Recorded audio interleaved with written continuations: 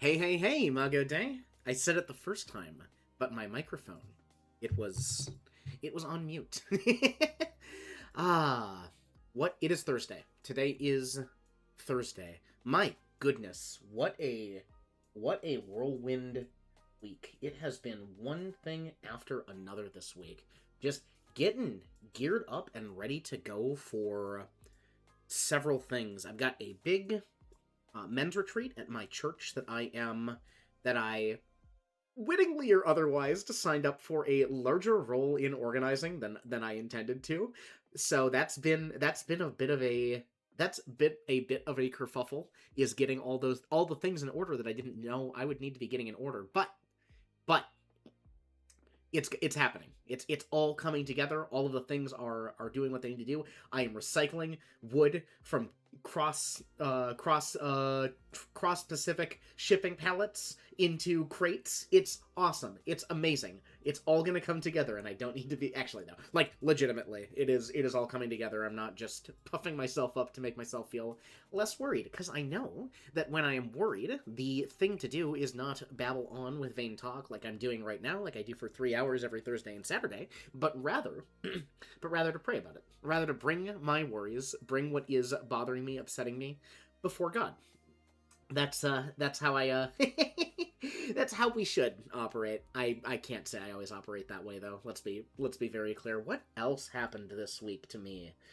I the practice sermon I am putting together, I have my entire class cohort has gotten a deadline extension on that, and I'm trying really hard not to use that as a license to slack off on it, like I maybe was doing a little bit before we got the extension. I'm doing a passage in Kings. I'm doing the passage where Elijah meets God at Sinai, at Horeb, where there is a fire, and then an earthquake, and a wind. I think it's just those three. And the Lord is not in the earthquake, the wind, or the fire, but the Lord is in the still small voice, which comes to Elijah after he has witnessed these massive events. So yeah, that is coming along well. I should say. I have my shape, I have my structure. There was less meat on the bones than there should have been, but now that I have this handy dandy extension, I'm definitely totally 100% not gonna slack off, and definitely totally 100% going to get things filled in there.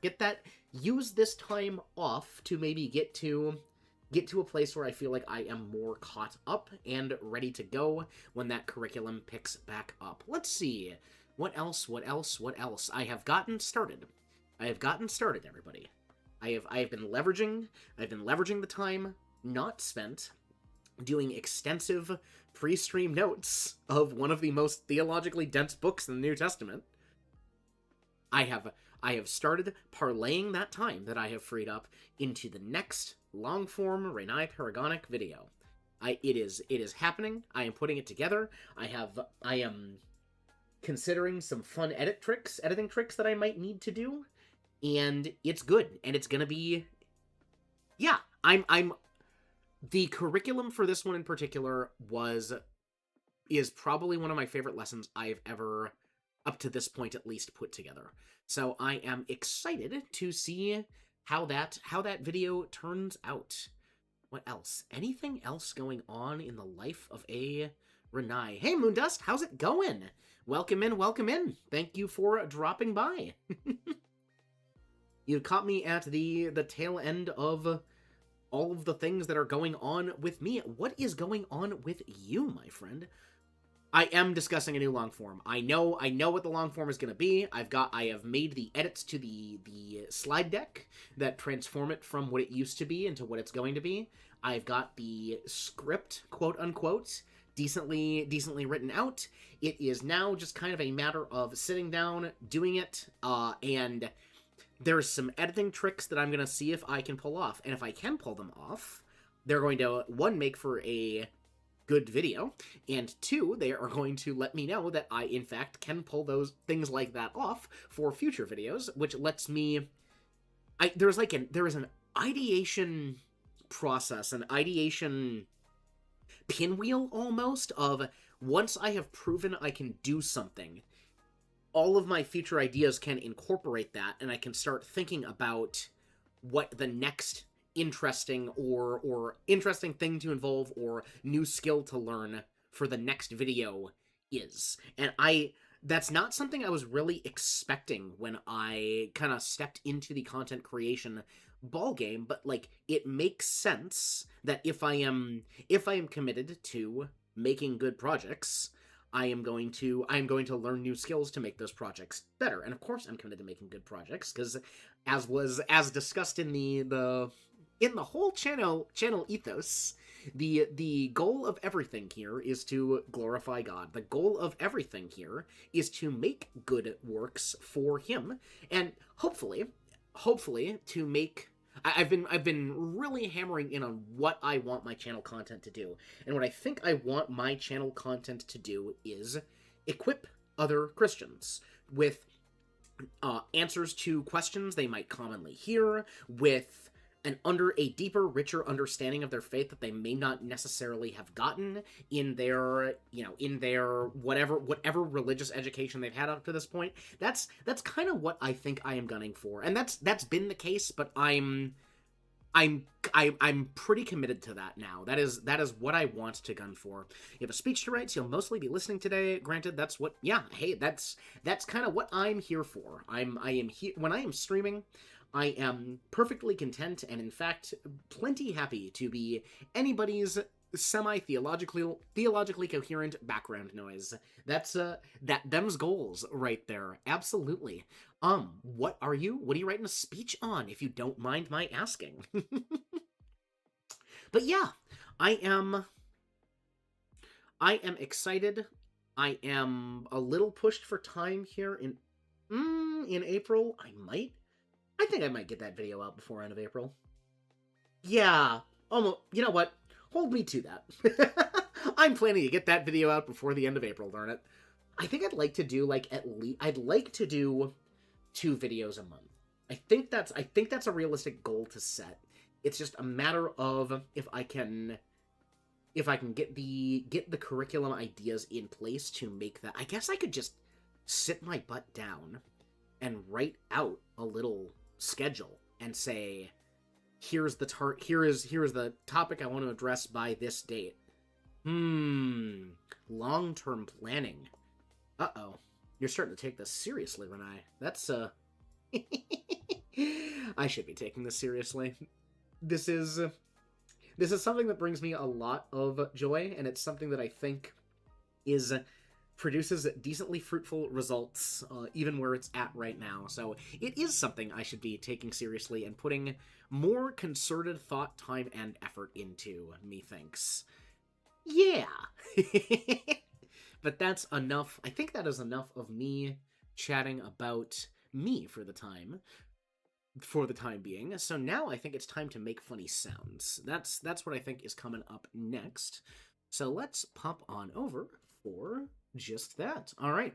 So we are doing our it's on potential places where humans could set up shop outside of Earth. Granted, I don't think we can go further than the moon till Earth is remade, but I need something cool to talk about. Yeah, I think moon kind of seems like it is the rough limit of where we are getting out in space, at least in any sort of permanent capacity. Am I kind of quiet?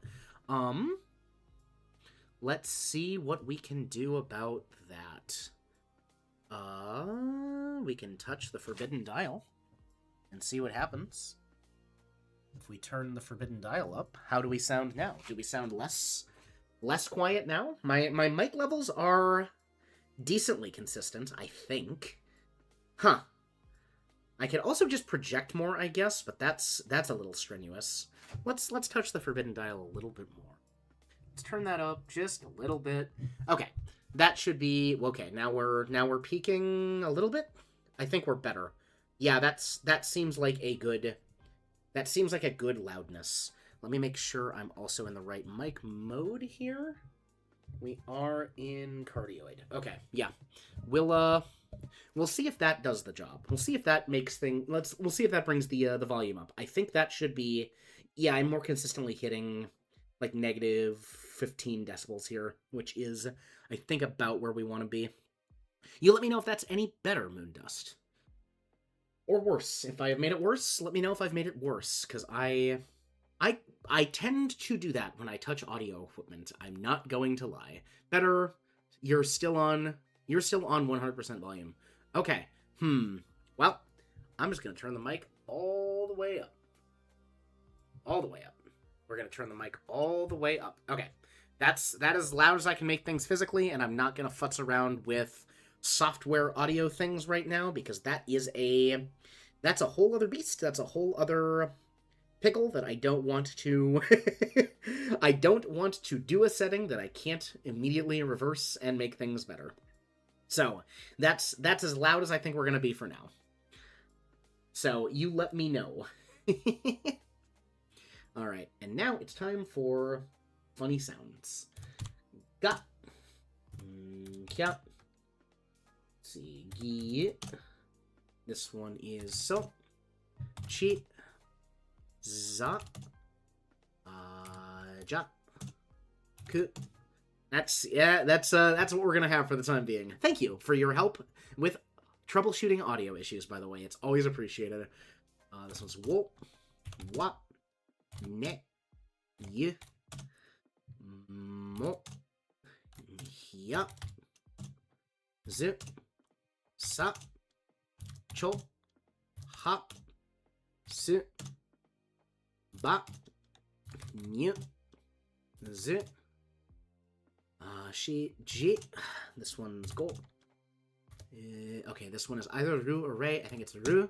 Got it. Good. Shu. No. Ji. Nyon. Okay, we're going to take it steady. We're not going to rush into things. Pia. We are going to think about each symbol. Ki. Because I know these, and I'd like to move on. Be. Hi.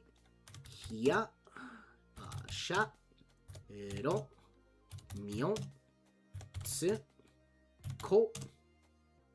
Shi. Pe. Ji. Ra. Shi. Ji. Ja. Wa. No. Whoa. Whoa. It's whoa, not wah. Kit. Pi. Ni. Sho. Ri. Re. A. Do. Pio. Po. Q. This is fu bu. This is ha ba. Ne. Po. Ji. Ho. No. Ne. No. Ho. It's ho. Yeah. Okay. Mo. Ro. Ki. Nope. Gyo. Gosh darn it. Nya. Like a cat. Put. This one is K, so gay. Chi. Jo. Pyo. Cho. M. Pia. Nope. Bia. Come on. I gotta make sure that I am not confusing the. Well, that's a pretty easy. If I am sounding something out though, and I mess up a pa versus a ba, that's not the p versus a b. That's not the end of the world. I'll probably figure it out pretty quick. Me. Pa. Pa. Ho. Ho. M. Te. N. Sh. This is za. She. No, this is sit. Da.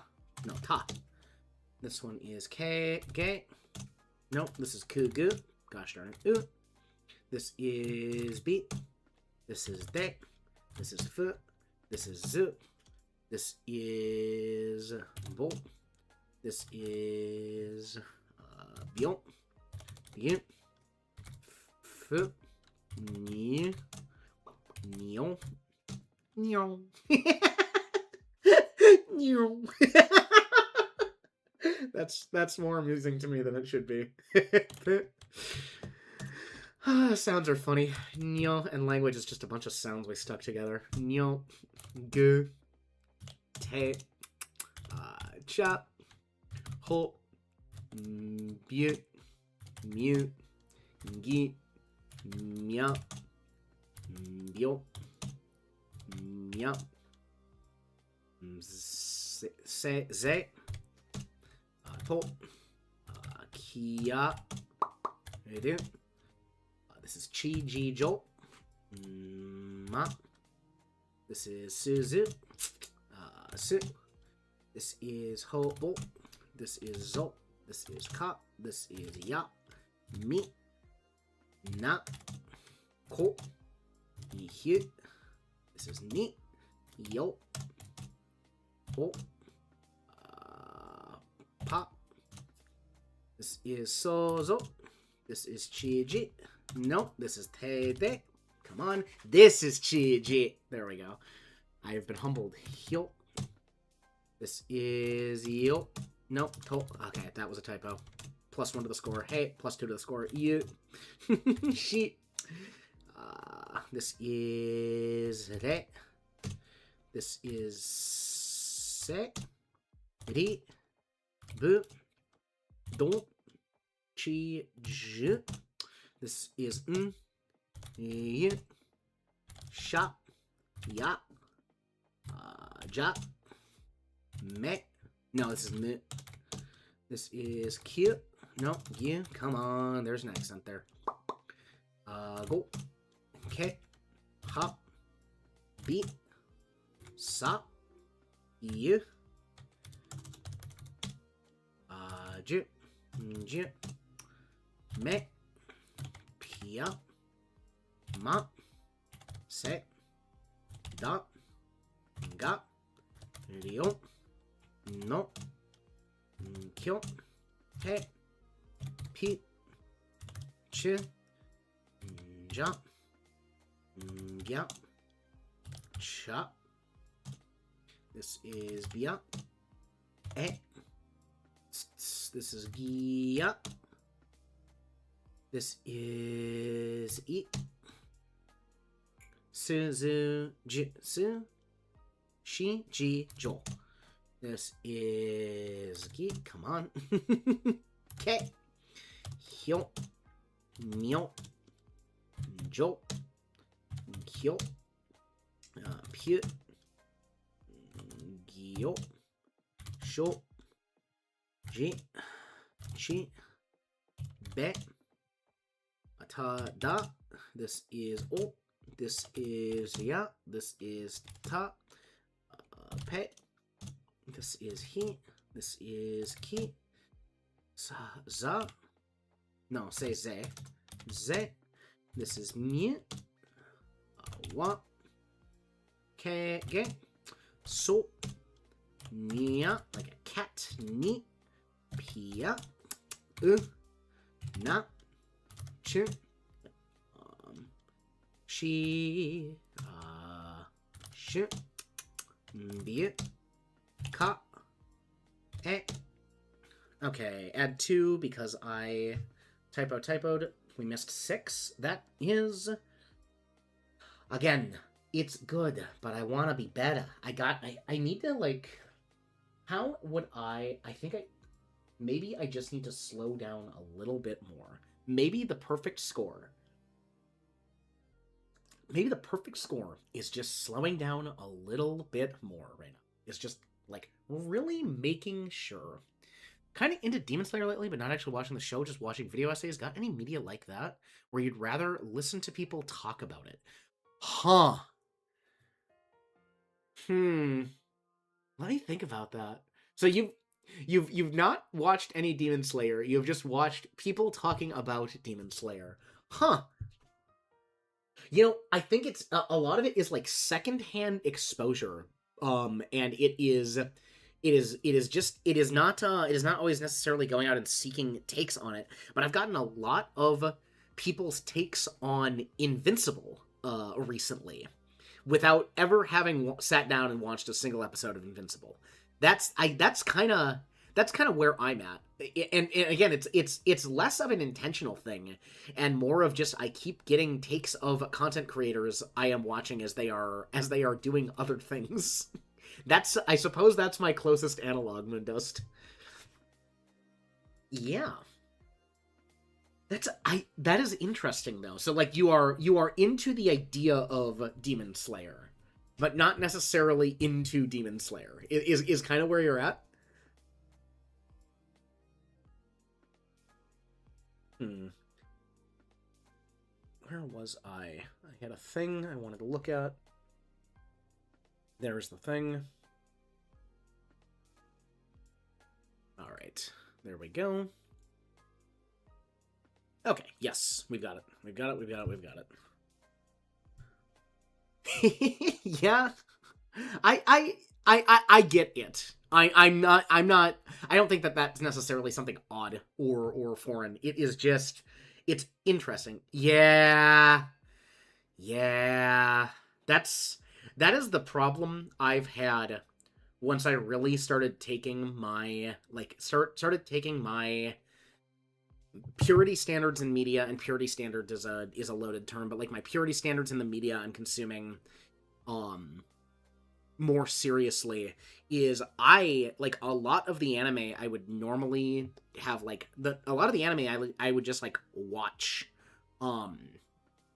without a second thought years ago is just not something I can ever see myself going back and watching again, because it's everywhere. Just individuals that are clothed in, well, not the certainly not God-honoring clothing, to say the least, and certainly clothing that often makes it challenging as how should I put this? How should I put this euphemistically? Makes it challenging as a man to stay focused on the story of the media I'm consuming rather than other things. We'll leave it at that. You know what I mean. I would prefer to not have to deal with that when I'm consuming my entertainment, if I can at all help it. Thank you. Yeah. Why are my... One of the only mini manga of our own because of the gossip. Which manga? If you do not mind my asking. It is weird. Your chats are not populating on the YouTube chat, but they are populating on my chat box. Yeah, you get me. I appreciate that you get me.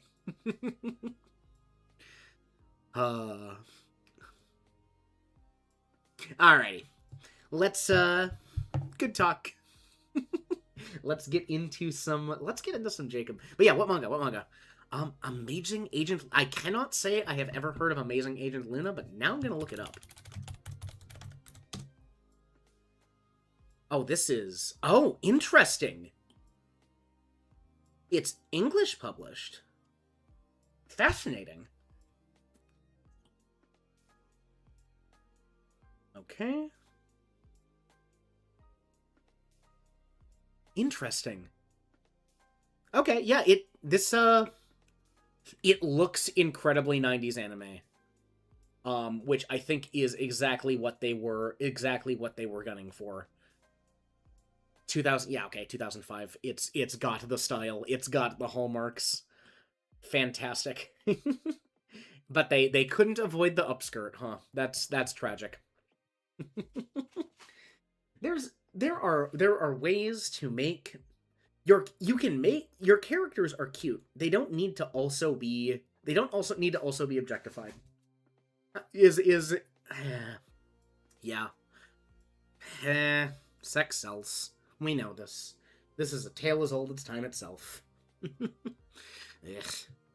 As much as I dislike it, as much as my prudish moral standards have me in fits, that is the unfortunate case for a lot of the media we can consume. Say what bit again? I said a lot. Your characters are cute. You don't need to objectify them. Because yeah, like you can make a fantastic character design that does not need to do the fan service thing that fan service does. This shouldn't have to be a conversation. And like, I know why it's a conversation.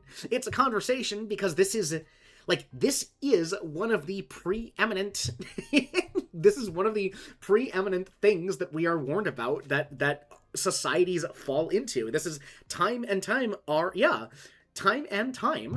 Absolutely, the characters are cute. Time and time again, And we see it in Israel. Their spiritual harlotry. They're going after these foreign gods. In part, is quite literally because the worship of these foreign gods is literal harlotry, is literal adultery. The worship practices of these surrounding religions had these sexual rituals as part of their worship. It's ingrained in us, and like, sorry, I'm doing the rant. It's ingrained in us, and of course it's ingrained in us. It is one of the best gifts that God has given us, is the gift of sexual union and the gift of procreation. But it is, because it is such a great gift, it one is a massive drive for us. It is literally built into, we are purpose built for it. But two, because it is such a great blessing, the depths we fall to when we pervert it, when we let it become something evil, when we twist it into what it is not. And I'm going off on a tangent about fan service in manga, but like, it's everywhere, and that's not a coincidence. Okay, sorry. An upskirt shot gets me talking about the underlying issues with sex selling in the first place. My goodness gracious. Oh, we have fun here. All right, it's time for some Jesus. Well, no, it's actually, we are going to hit on some literal Jesus this study, I'm fairly certain. So let's pop on over into our Bible study here. We are going through the life of Jacob. We have done 2 of these studies thus far. We covered Jacob's birth, and then we covered Jacob's birth. We covered Jacob's bargaining with Esau. We covered Jacob's bargaining with Esau. We covered Esau despising his birthright, giving up the long-term responsibilities, the long-term rewards of his birthright for satisfaction in the moment, for quite literally a bowl of stew. And again, the significance, that is a significant event, because that is what gives Esau the name Edom. And Edom is the name, read, that the sister nation of Israel will bear for the rest of history. The Edomites will hold that name, and the name they are keeping, the name that is coming with them, is quite literally a name that traces back to Esau's desire for short-term game, short-term satisfaction over the rewards and the responsibilities, the self-control of holding on to his birthright. Then we continued on to Jacob's theft of the blessing. The big takeaway from the theft of blessing that I really dug into is Isaac. Isaac is incredibly conflict avoidant, and we see Isaac being incredibly conflict avoidant in that story. And the reason I'm saying conflict avoidant is because if we look back at the character of Isaac, when Isaac is being bound on the altar by his father Abraham to be sacrificed, Scripture does not record Isaac saying a word. And there are a couple takeaways you can take from this, but one of the big things is that Isaac either trusted his father, which I am sure he did, but Isaac also, in some capacity or another, demonstrates there a unwillingness to be combative, to ask the questions. He is kind of letting this happen to him, because Isaac's not stupid. When Isaac is being tied to that altar, we can assume Isaac knows what is going on, but Scripture does not record Isaac saying a word as he is bound to that altar.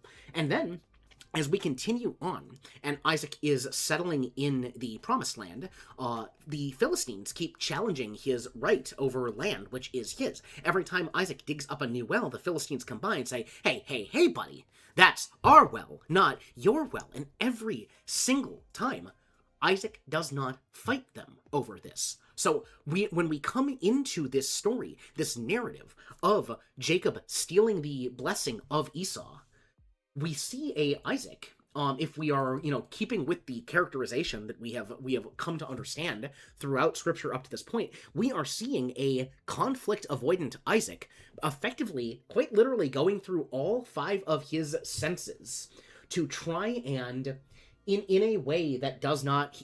Isaac knows what up. Isaac knows what's up. Isaac hears Jacob say, "Father, it's me, Esau." And Isaac quite literally says...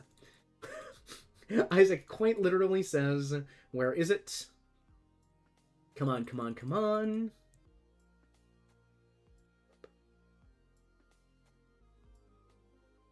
Where is it? The voice is the voice of Jacob, but the hands are the hands of Esau. Isaac knows something is up here, but Isaac goes through the whole freaking rigmarole. Again, what I am taking away as a desire to avoid confronting Jacob directly about what Jacob is doing. He doesn't want to have that fight, have that confrontation. And it ends with the blessing being given to Jacob. And so that's the Isaac half of it, but we're not doing an Isaac character study. We're not doing an Esau character study. We're doing a Jacob character study. And the big thing that comes out of the Jacob character study, there's a couple things. The first is that none of the blessing theft, this whole scheme to get the blessing of Esau was not Jacob's idea. Jacob at no point said, "Yeah, this is great. I'm going to do this." This all came from his mother, Rebecca. Jacob demonstrated zero agency in this scheme whatsoever. He went in and did it because his mother effectively said, "Son, you are going to go do this, and if anything goes wrong, you can blame it on me." So there's no agency being taken by Jacob in that engagement. But then further, and this is the big one to me. When Jacob is talking to Isaac, Isaac asks, "Hey, Esau, you just left. How did you get that game?" And Jacob says, "Because the Lord, your God, caused it to happen to me," which means something very specific. It means that Jacob is not on board.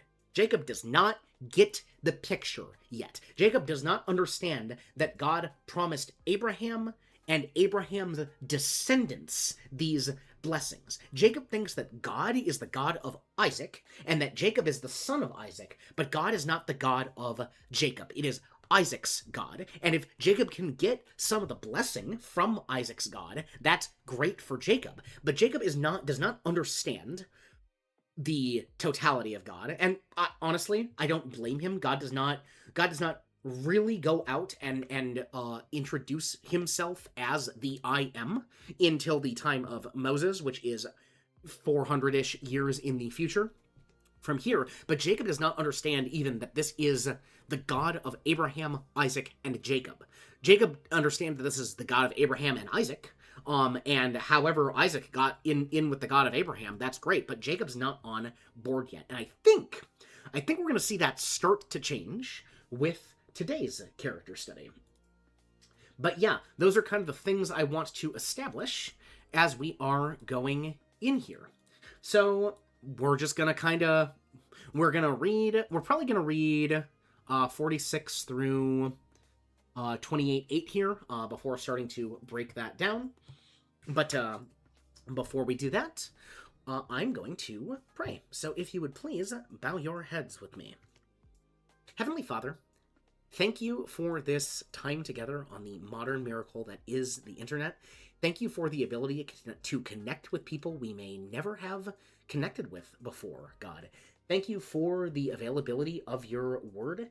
Thank you, God, for the narratives of the patriarchs, for the narrative of Jacob, so we can follow the story of this man who will wrestle with you, God, and set the foundation of your chosen nation, through which you would act for most of history, up until the point where you sent your son into the world through them. So, Lord, as we are going through this study of Jacob, seeing what it reveals about him, and more importantly, seeing what it reveals about you, let my words be your words. Let any insights that we come into, God, be the insights that you want us to arrive at. Let us all the more better understand your scripture, God, and understand your character through it. Lord, I pray these things in the name of your Son, Jesus Christ. Amen. Alrighty, so I stopped at verse 45 here because 46 felt like it was a transition. So verse 45 verses 43 and 40, effectively Jacob steals the blessing. Isaac then speaks to Esau. Esau realizes A, that the blessing has been stolen, and B, that Isaac does not have a blessing left for him. So Esau, wanting his blessing, but not his birthright apparently, becomes very, very angry and decides that once Isaac passes away, he is going to kill Jacob. And then Rebekah says to Jacob, and again, it is Rebekah that is calling all of the shots here. Rebekah says, Jacob, you gotta get out of here. Go to my brother Laban over in Haran. Go back out of the promised land. And we got a map break. We got a map break real quick. Hang on.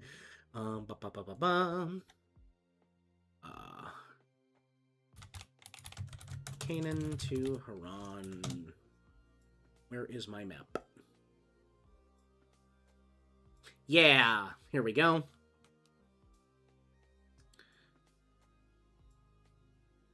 Open image in new tab.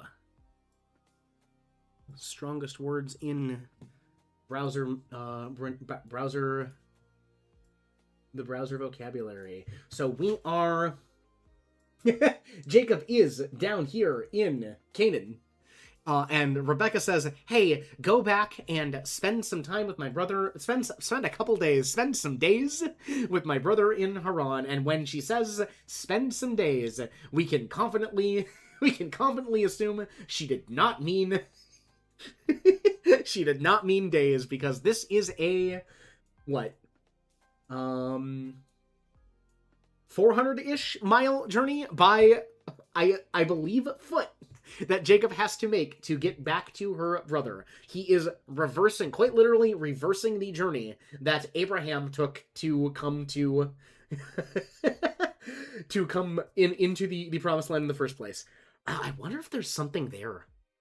I wonder if there is any significance to the fact that, because Abraham brought his family into the promised land.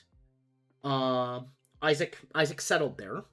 Jacob left, reversing Abraham's journey, then doing Abraham's journey again, and then Jacob took his people into Egypt. And it was not until things to muse on. Thoughts to muse on. But yeah, so Jacob is setting out on his wonderful journey to Haran. And with that, we are going to read Genesis 27:46. Just Genesis 27:46. And then start on chapter 28, and we will read verses 1 through 9 here. This is the word of the Lord. Rebekah said to Isaac, I am tired of living because of the daughters of Heth. But if Jacob takes a wife from the daughters of Heth, like these from the daughters of the land, what good will my life be to me? So Isaac called Jacob and blessed him and charged him and said to him, You shall not take a wife from the daughters of Canaan. Arise, go to Padan Aram, to the house of Bethuel your mother's father, and from there take yourself a wife from the daughters of Laban your mother's brother. May God Almighty bless you and make you fruitful and multiply you, that you may become a company of peoples. May he also give you the blessing of Abraham to you and your descendants with you, that you may possess the land of your sojournings, which God gave to Abraham. Then Isaac sent Jacob away, and he went to Padan Aram to Laban, son of Bethuel the Aramean, the brother of Rebekah, the mother of Jacob and Esau.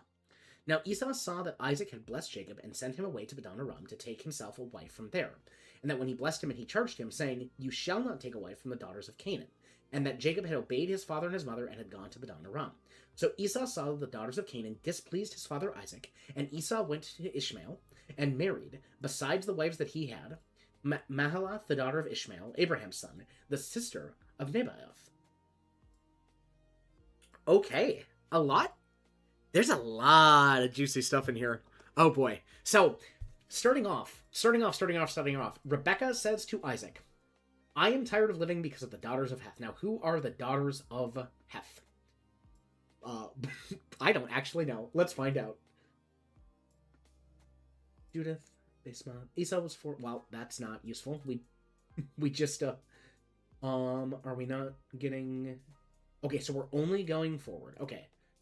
How about no? You got me Hef. Genesis 10:15. Okay, here we go. Sons of Ham. Mizraim and Put and... Okay. Genealogy time! This is the word of the Lord. The sons of Ham were Cush and Mizraim and Put and Canaan. The sons of Cush were Seba and Havilah and Sabath and Rama and Sabteka. The sons of Rama were Sheba and Dedan. Now Cush became the father of Nimrod. He became a mighty one on the earth. He was a mighty hunter before the Lord. Therefore it is said, like Nimrod, a mighty hunter before the Lord. The beginning of his kingdom was Babel and Erech and Akkad and Calneh and the land of Shinar.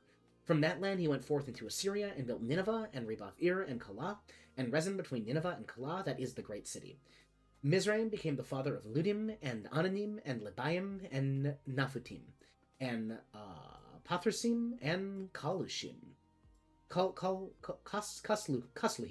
from which came the Philistines, and Catharim.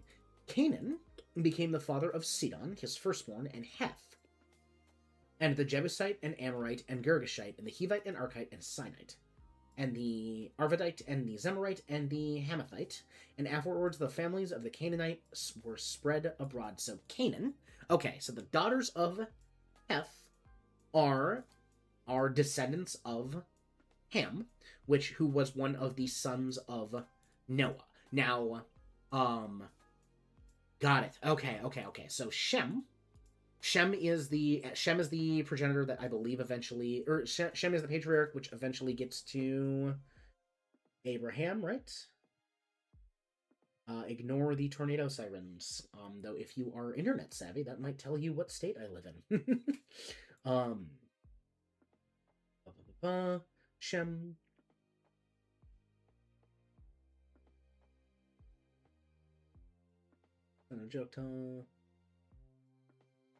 Okay.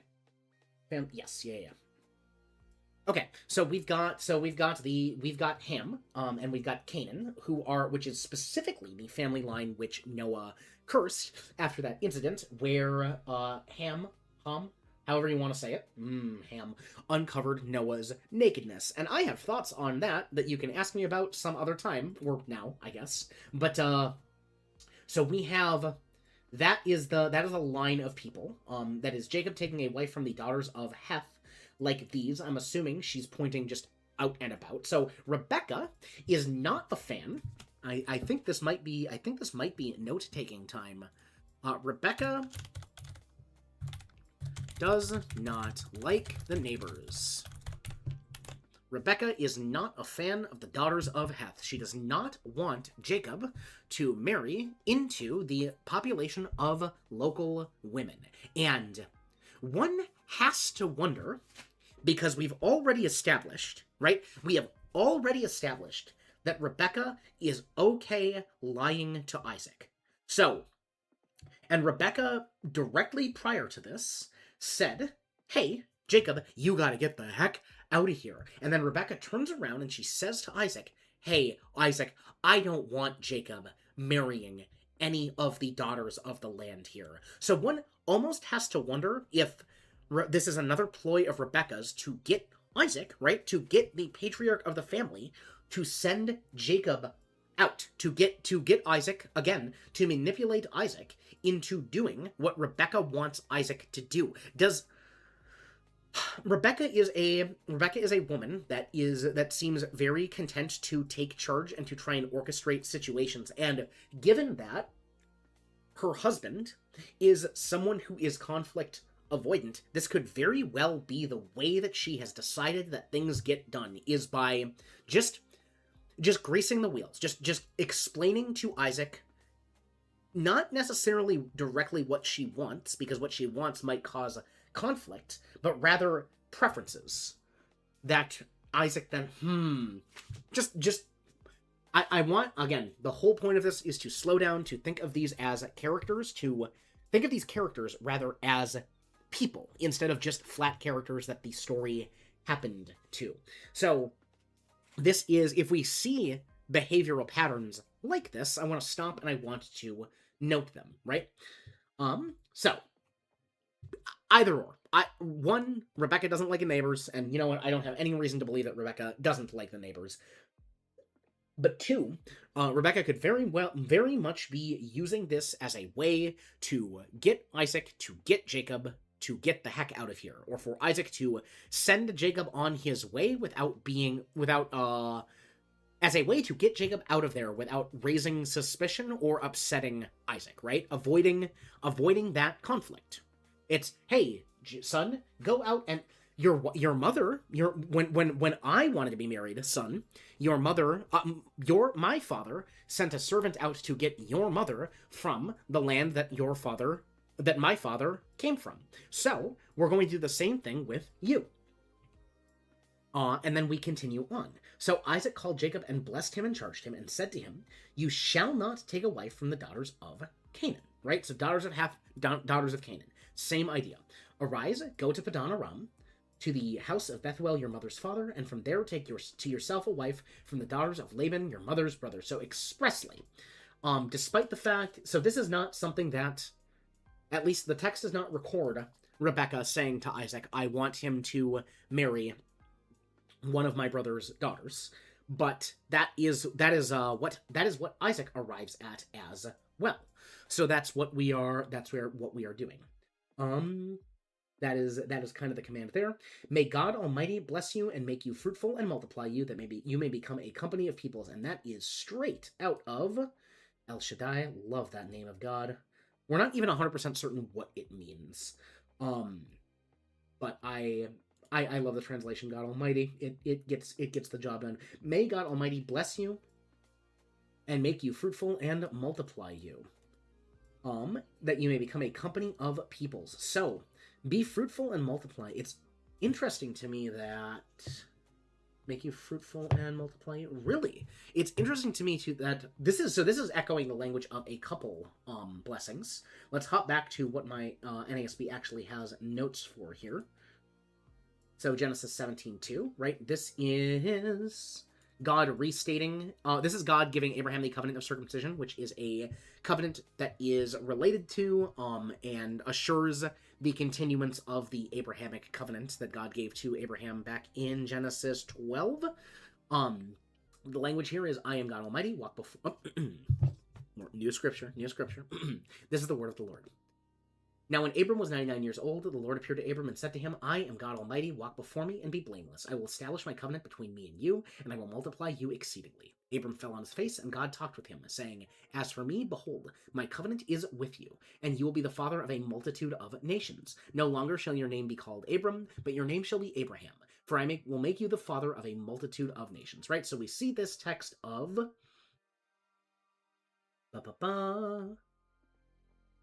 I will multiply you exceedingly. Establish my covenant, yep, multiply you exceedingly. But there is an earlier promise of God. Well, let's just keep hopping back, I suppose. I will make your descendants as the dust of the earth, so that anyone can number the dust of the earth, and your descendants can also be numbered. But if we can hop back to, I think it's Genesis 4? 3. The tail end of Genesis 3. No, actually, what am I talking about? It's Genesis 2. It is the...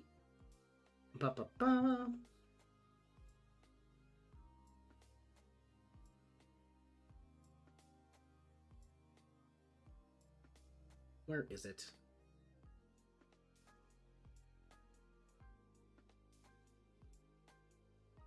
Where is it? Or is it Genesis 1? Am I...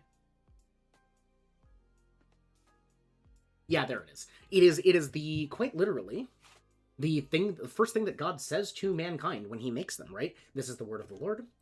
Then God said, "Let us make man in our image, according to our likeness, and let them rule over the fish of the sea, and over the birds of the sky, and over the cattle, and over all the earth, and over every creeping thing that creeps on the earth." God created man in his own image, and in the image of God he created him. Male and female he created them. God blessed them, and God said to them, "Be fruitful and multiply, and fill the earth, and subdue it, and rule over the fish of the sea and the birds of the sky, and over every living thing that moves on the earth." Right? So this is the first command that God give in Genesis 1 here. This is the first command that God gives to the newly created humanity. is be fruitful and multiply. And we see that language continued in God's promises to Abraham, and we see that language continued as Isaac is passing along the blessing that God, the covenant that God has given Abraham to Jacob, right? It is, again, may God Almighty bless you and make you fruitful and multiply you, and may you become a company of peoples. So we see Isaac knows his promises. Isaac knows his promises. Isaac knows what the mission of God's people is, what God has effectively been telling to his people, to Adam and Eve, to Abraham, and he is passing that charge along to Jacob. Because Jacob, on top of having the birthright, on top of effectively being the firstborn son from an inheritance perspective, Jacob also has Isaac's blessing. Jacob has the blessing, has the charge. Continuing on. May he also give you the blessing of Abraham and you or your sons with you, that you may possess the land of your sojournings, which God gave to Abraham. So boom, right here, the land of your sojournings, the land that Jacob is, a good chunk of the land that Jacob is about to tread over on his way back to Padan Aram, that is going to be the promised land. That is going to be Canaan. That is going to be where Isaac is right now. So Isaac is sending Jacob away, but he is sending Jacob away with the express promise, it's got to be with the express expectation that Jacob is coming back here. Because this is the land where they are, where Isaac is right now, where Isaac and Jacob are. That is the land which God promised. So Isaac isn't sending Jacob away and not expecting Jacob to come back. Isaac is sending Jacob away with the full expectation that Jacob is coming back. Isaac expects Jake's return. Isaac expects Jacob's return, plain and simple. Then Isaac sent Jacob away, and he went to Padan Aram to Laban, the son of Bethuel the Aramean, the brother of Rebekah, the mother of Jacob and Esau. And we will get to that. We will get to that journey. But we've got this fascinating little peek into family dynamics before we get there. And one moment, I need a sip of water. I've been talking about Jacob nonstop.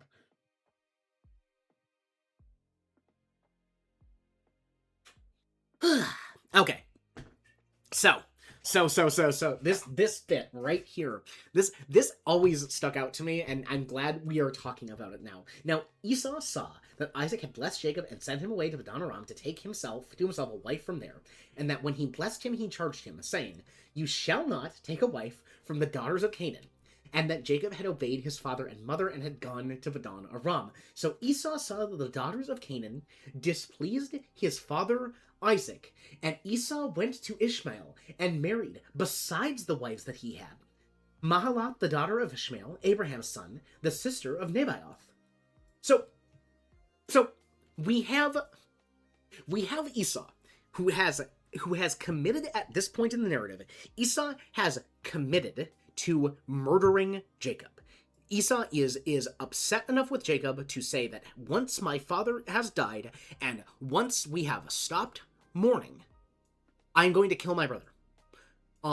That is where Esau is at. So Esau that's where Esau's heart is at. That's what he has decided. And then Esau sees his father engage with Jacob again, say to Jacob, "Here is what you must do. Here is who you must marry. Do not marry the women of this land." And Esau goes, "Well, in what is just a massive screw you dad moment, Esau goes, "You know what? I'm going to go and do exactly what my father told Jacob, his apparent favorite son, not to do." Esau, again, I can't read this any other way. Esau saw that the daughters of Canaan displeased his father Isaac, and Esau went to Ishmael and married, besides the wife that he had, Mahalat, the daughter of Ishmael, Abraham's son, the sister of Nebaioth. So Esau goes out and finds, and granted, hang on. Wait, I'm misreading this. I'm misreading this. Stop. Stop everything. Stop the presses. Take that away. So that is not what we are seeing here, because Esau is not marrying a daughter of Canaan. No, Esau is doing some. Esau is instead trying to do something that is pleasing to his father. My apologies. That was a misread. I have to pay more attention. So Esau sees that the daughters of Canaan displease his father Isaac. So Esau has... Okay.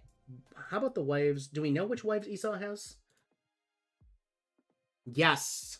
Okay. Okay. So Esau has already... Back to the brothers who get along oh so well, Nesero. Absolutely. Okay, now, sorry.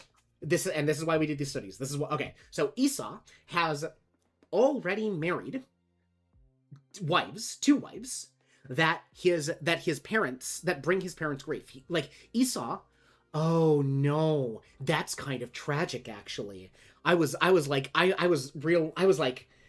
thinking that Esau was pulling a screw you, Dad, like, how dare you bless Jacob, how dare you send him out after how he has stolen from you, how he has wronged us. But no, Esau is married to two women that do not get along in some way or another, that his marriage there does not please Isaac and Rebekah. And it does not please Isaac and Rebekah to the extent that when Rebekah is talking to Isaac about who Jacob is going to marry, she says, do not let him marry... Okay, so like these is speaking expressly of Esau's wives. So now Esau goes, okay, I'll fix the problem. Esau is still trying to earn approval here. Is still trying to... Oh my goodness. Man, now I feel bad for Esau. So Esau doesn't get it. Esau is trying to...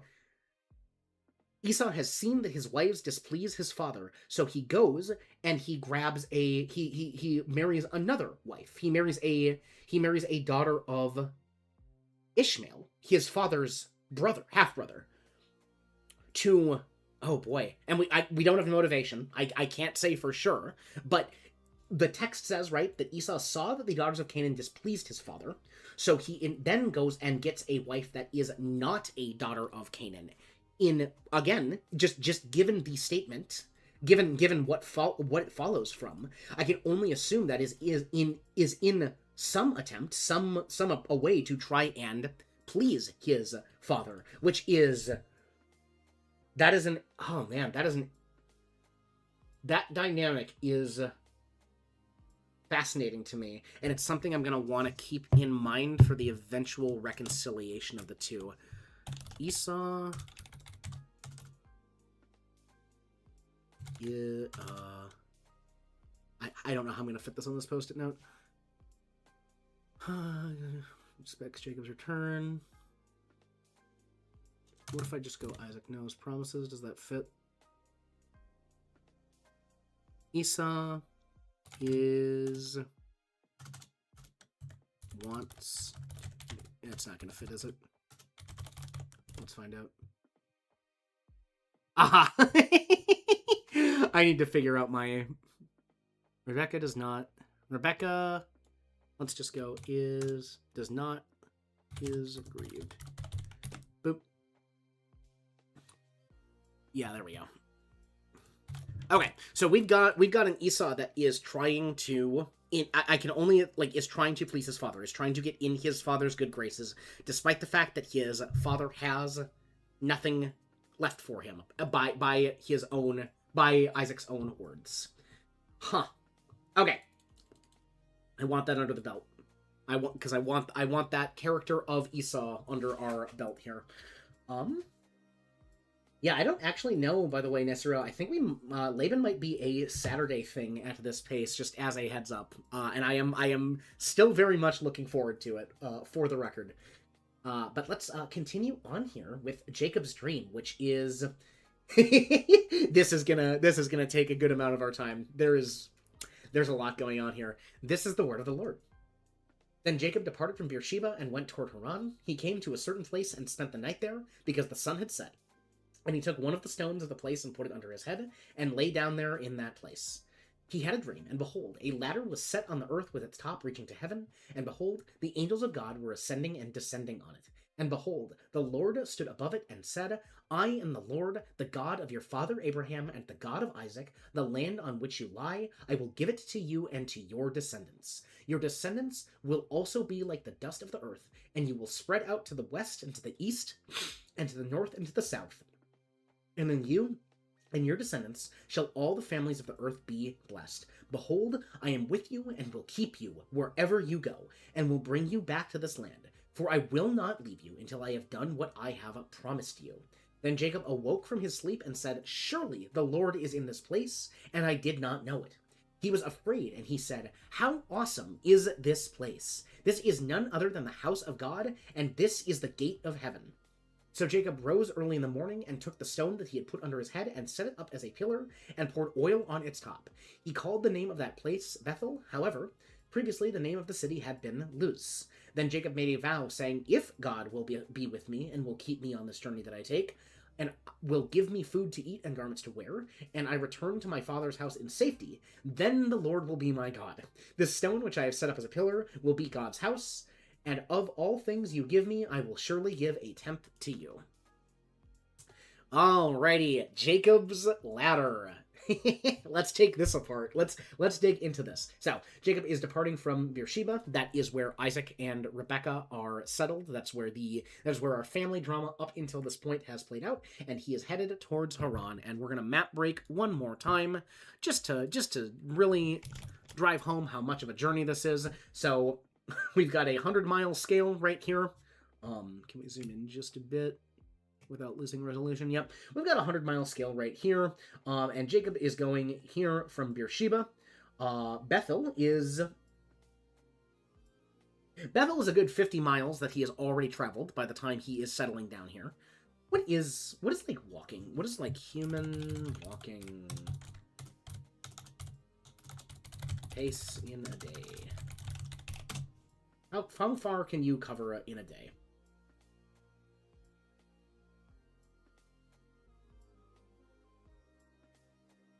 $4,774 what, Gemini? Because I know you don't mean miles. About 30 miles a day. Okay. That's assuming 10 hours walking. I'm going to trust Reddit over Gemini. So, what we've got then is, Jacob has been on foot for 1 or 2 days at this point by the time he gets to Bethel. But Jacob is going from Beersheba to Haran, which is I'm using my fingers on the screen. It's about a 500-mile journey on foot, which is just absolutely crazy to think about. Like and you know what? Huh. You know what comes to mind is that classic song, I Would Walk, is it 500 miles, right? I would walk 500 miles and I would walk 500 more. Yeah. Jacob is quite literally walking 500 miles to get a wife, and he will be walking, well, he'll have camels at that point, but he will be walking 500 more to bring his wife home. Oh, that's fun.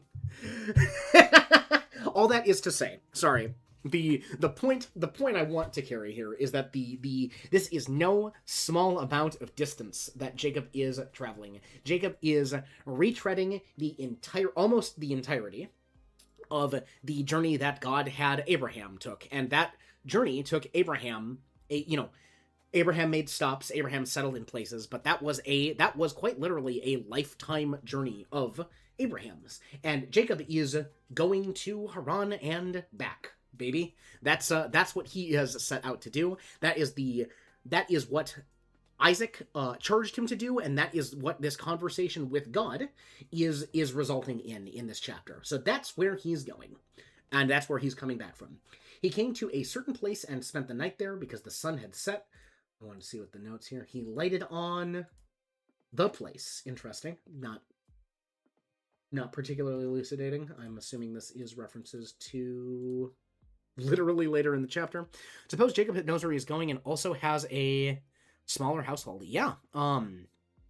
He's yes, absolutely. Jake, like Jacob does not have the uncertainty that Abraham has, right? All of this ground has been tread before by his ancestors, and he also has a much smaller household. He doesn't have to, especially at this point where he has left his home with effectively nothing, which is interesting because he got Isaac's explicit blessing as he left. So the question, okay, that is a question to wrestle with, question to engage with later, when we are talking about what Jacob has.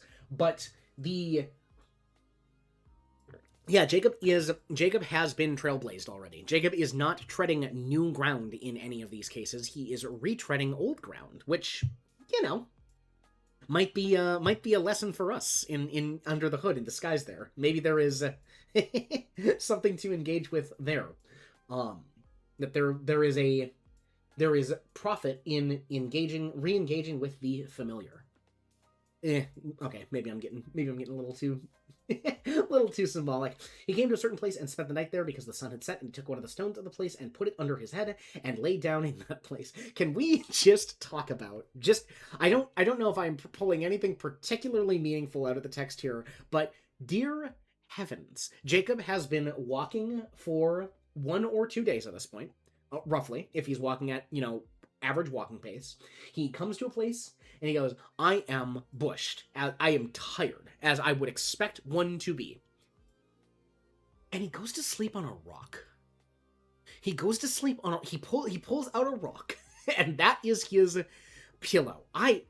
We have it so good in the Western world today, where pretty much everybody, as they lay their head down, is laying their head down on something soft. And obviously, some people are much worse off than others, and some people do not have those comforts, but that the standard the standard is a pillow.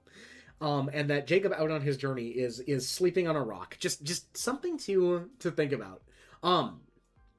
Took out the stones of the place, put it on his head, and lay down in that place. All right, and now we crack into the meat. He had a dream, and behold, a ladder was set on the earth with its top reaching to heaven, and behold, the angels of the Lord were ascending and descending on it. So I'm curious.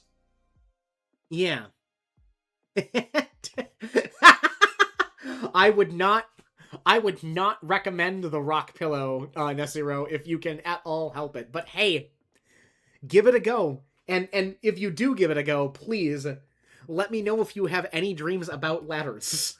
Though actually, what I find really interesting here, and this one I knew already, the Hebrew is sulam, and it is a ramp, or it is a flight of steps, is more often the translation here. So I guess I'm a little curious as to why we landed on ladder. And if I pop to, let's just say KJV, that's a ladder. If I pop, actually I would expect that to be a ladder, I'm going to be honest. If I pop to ESV, ladder, or a flight of steps. So ESV has the note there. Does NASB have the note? No, NASB does not have the note. So it almost feels like we go with ladder because ladder is what we translated as it. Oh. Right in the Vulgate. Sure. That would make a lot of sense. Yeah. Okay. Yeah, but we're going with ladder. The Hebrew here is, yeah, and I wonder what the Septuagint has to say as well. But yeah. So we've got a ladder. That is why Moses had horns for so long. Yeah. That's right. I forgot about that because the shining face was the translation was horns. Yes. Thank you for that reminder. Oh yes. Yeah, we had some we've got some wonky translations that I'm not gonna make the statement that we know better, because like you, Nesiro, I am I do not like falling into the trap of chronological snobbery. Certainly not. But we've got more to work off of now. We have more of the biblical text available than we ever have, and that is important to recognize, and it is also important to think about and have conversations about what we do with that information, what we do with the fact that we are spoiled with this proliferation, this I almost want to say embarrassment of riches of manuscripts, and should that in any way, shape, or form shape our Bible study, shape the way in which we approach the text. Spoiler alert, I absolutely think it should. I think I'm probably going to compile my thoughts on that into a video at some point, because I have thoughts, and sometimes when I am giving those thoughts off the cuff, they do sound rather combative. Anyway, where were we? Yes, so ladder and horns. Led Zeppelin. So Led Zeppelin's got it. It's a stairway to heaven. Is all I really want to say. So Jacob is seeing a stairway. Which I like the imagery of a stairway more than I like the imagery of a ladder, simply because of how this story plays out. You need to put in significant effort to climb a ladder. To climb a ladder is far more difficult and requires far more effort than to climb a staircase. A staircase lets you move with your natural mode of transportation, which I like as far as the imagery is concerned as we continue along here. The angels of God are ascending and descending on it. Yeah, let's pop into it now. So,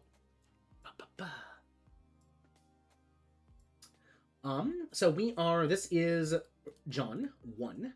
This is our Lord pulling together his disciples. This is the narrative of Philip and Nathaniel. And we're gonna just read 43 to the end of John 1 here, which is 51. This is the word of the Lord. The next day he purposed to go to Galilee, and he found Philip, and Jesus said to him, "Follow me."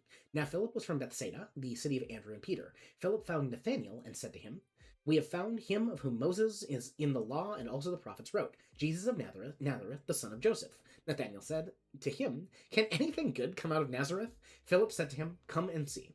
Jesus saw Nathanael coming to him and said of him, "Behold, an Israelite indeed, in whom there is no deceit." Nathanael said to him, "How do you know me?" Jesus answered and said to him, "Before Philip called you, when you were under the fig tree, I saw you."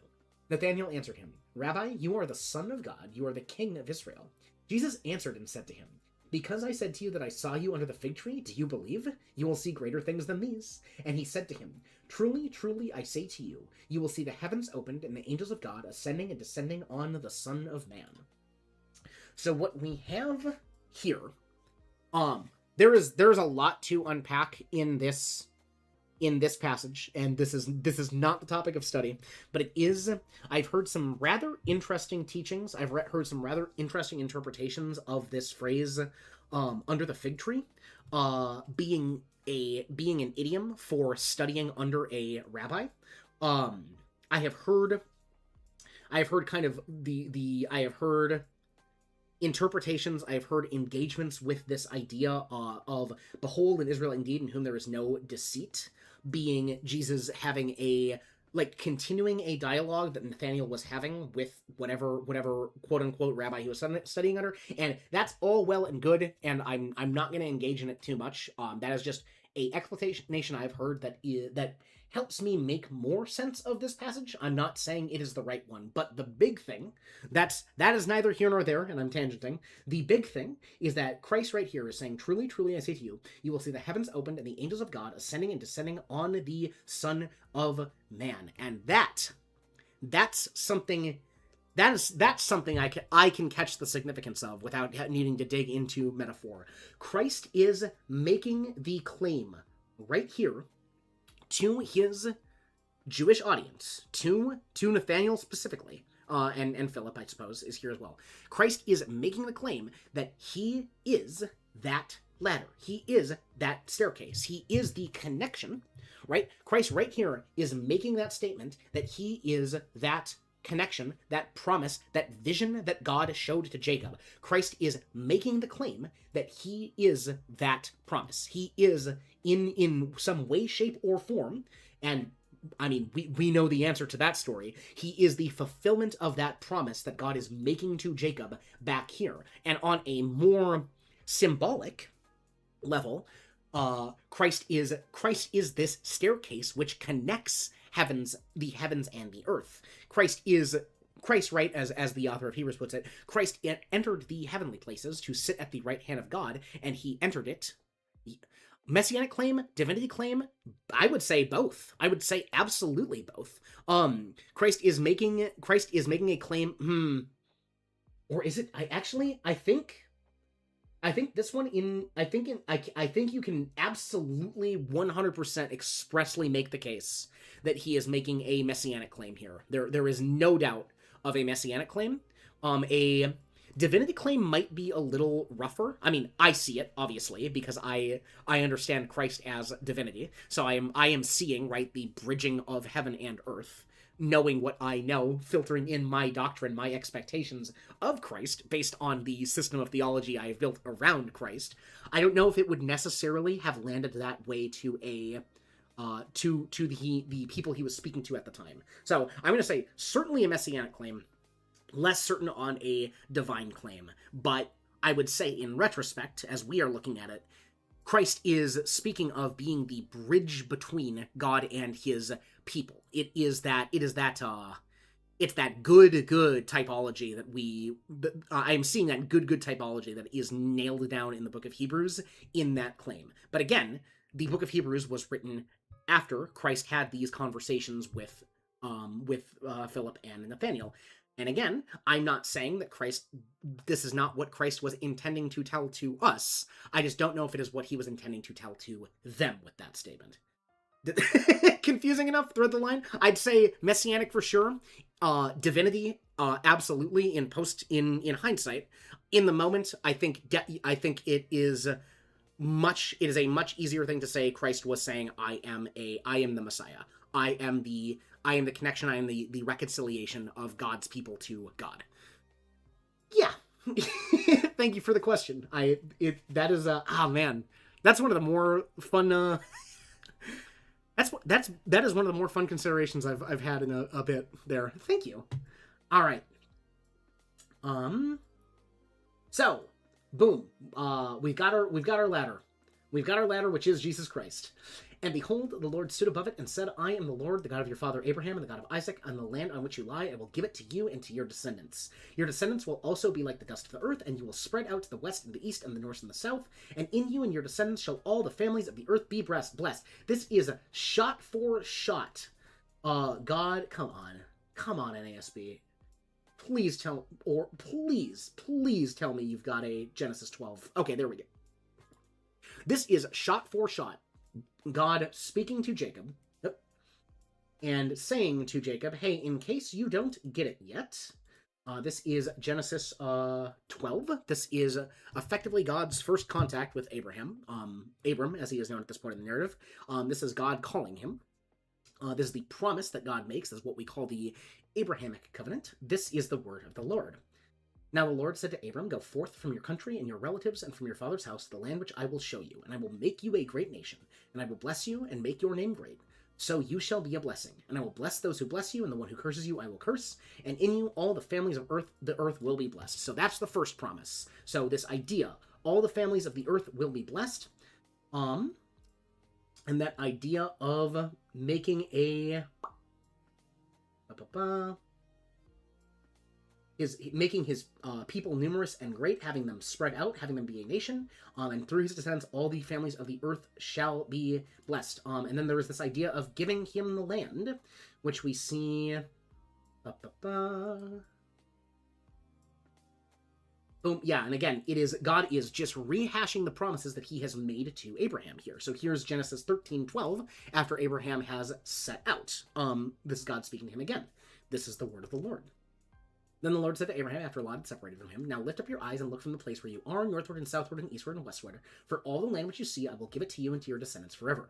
I will make your descendants as the dust of the earth, so that anyone can number the dust of the earth, and your descendants can also be numbered. Arise, walk about the land through its length and breadth, for I will give it to you. Then Abram moved his tent and came and dwelt by the oaks of Mamre, which are in Hebron, and there he built an altar to the Lord. So, here we have and again, I think there is something I want to note this down. I think there is something to the fact that Jacob, where's my third notes document?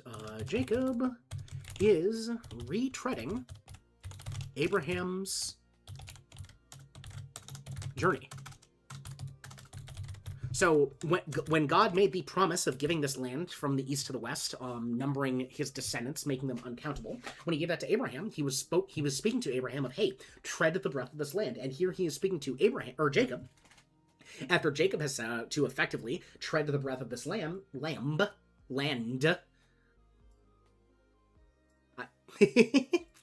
Is there? I don't believe there is a similar event with Isaac. I mean, we can go look. Isaac's narrative is pretty short. And I'm curious now.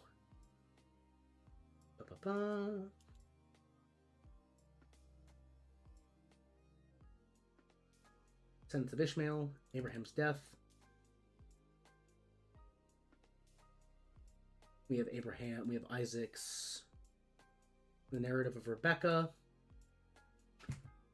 This is all Abraham speaking to his servant.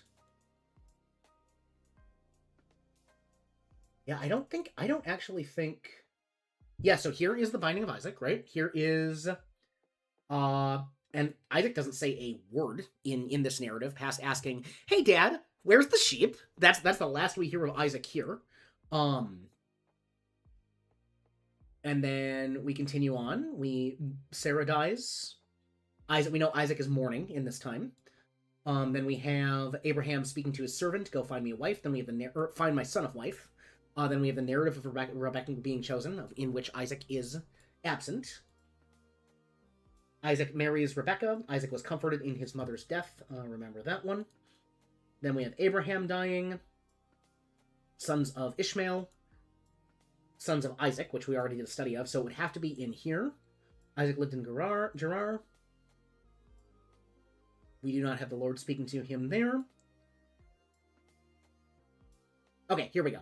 We don't have a walk the breadth of the land, but we do have the Lord reassuring Isaac of the promise, right? This is Genesis 26, 23 through 25. This is the word of the Lord. Then he went up from there to Beersheba. The Lord appeared to him the same night and said, I am the God of your father Abraham. Do not fear, for I am with you. I will bless you and multiply your descendants for the sake of my servant Abraham. So he built an altar there and called upon the name of the Lord and pitched his tent there, and Isaac's servants dug a well. So we have this reiteration, right, of the multiplied descendants. We have the promise that God is with him, but we don't have this idea of treading the land. What we do, interestingly, have is Isaac built an altar here when God speaks to him. Abraham built an altar when God spoke to him in Mamre. And then we have Jacob when Jacob and just Abimelech. Yeah, so that is it for God speaking to Isaac. So there is the reiteration of the promise. There is the reiteration of the descendants, but there is not the kind of full-throated reiteration of basically every aspect of the promises to Abraham that Jacob gets. So God told Abraham to walk the breadth of the land, and go east to west, north to south. And that his descendants would stretch out there. God told Jacob this, and Jacob is rehashing Abraham's journey. Isaac, meanwhile, kind of sits as that midpoint, sits as that I don't want to say like... I don't want to say Isaac's life is uneventful, but compared to the lives of his father and son, it really, really is. He is almost sacrificed. He gives up several inches of land until God says, nope, you're going to stop at this one. And then he blesses Jacob and sends him on his way. But for each of these patriarchs, right, we see God makes the promise to them. And then we see they make a little shrine, or they make an altar, or they make something to mark that this is where God has spoken to them. And I think that is actually, that's a lesson that I certainly want to, like, take away. Every Christian in their life is going to have those moments where the voice of God is clearer to them than it ever has been, where it is loud, where it is expressive, where what he is telling us is clear. And when we have those moments, I think it is important. Thank you for making me go back through and check there, because I don't know if I would have come to this. When we have those moments, it is important to mark them. It is important to remember them. It is important to make an effort to remind ourselves of whatever promise or whatever directive God has given us in those moments. So mark our experiences with God. Mark our, can we get that into one line? Better. that is something that all three of these patriarchs do. And I would when we have a pattern of three, that is something I think to always take note of. And I guess we could look to see if Joseph or the kind of the continued line, or Reuben, I suppose it would be, or not Reuben. Well, we could look to see if Joseph or Judah or Reuben or whichever of Jacob's sons is in the superposition of acting as the effective firstborn at that point does something similar. But I wanna keep on through here for the time being. But yeah, I think that is a good takeaway. And again, one I would not have noticed without being sent back to check on Isaac and Abraham. All right. Dust of the earth. Yep. So it's a full-on rehash. I am with you and will keep you wherever you go. We like we just saw. That is a rehash of. Yep, right there. That is the promise that is given to. Oh, hang on. Never mind. We've got more of the Lord talking to Isaac. I was silly. I just missed this. This is Genesis 26:1. This is the word of the Lord. Now there was famine in the land, besides the previous famine that occurred in the days of Abraham. So Isaac went to Gerar, to get Abimelech the king of the Philistines. The Lord appeared to him and said, "Do not go down to Egypt, stay in the land of which I shall tell you. Sojourn in this land, and I will be with you and bless you. For you and your descendants I will give all these lands, and I will establish the oath which I swore to your father Abraham. I will multiply your descendants as the stars of heaven, and I will give your descendants all these lands, and by your descendants the nations of the earth shall be blessed, because Abraham obeyed me and kept my charge, my commandments, my statutes, and my laws." Okay, so Isaac got the full promise as well. And Isaac got the full promise as a directive to say, hey, Isaac, I know you're thinking about heading down to Egypt. Do not leave. Settle here. This is the land. Which is... all right.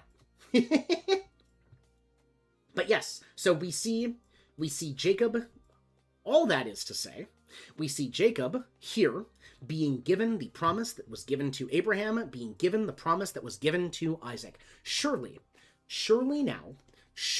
now Jacob understands that it is the God of Abraham, it is the God of Isaac, it is the God of Jacob, right? Surely Jacob understands that that like this, there is something special with the connection to his family line. God has made a promise to work through this family line. So Jacob wakes up. Then Jacob woke from his sleep and said, "Surely the Lord is..." Jacob says, "Surely the Lord is in this place, and I did not know it." He was afraid and said, "How awesome is this place? This is none other than the house of God, and this is the gate of heaven."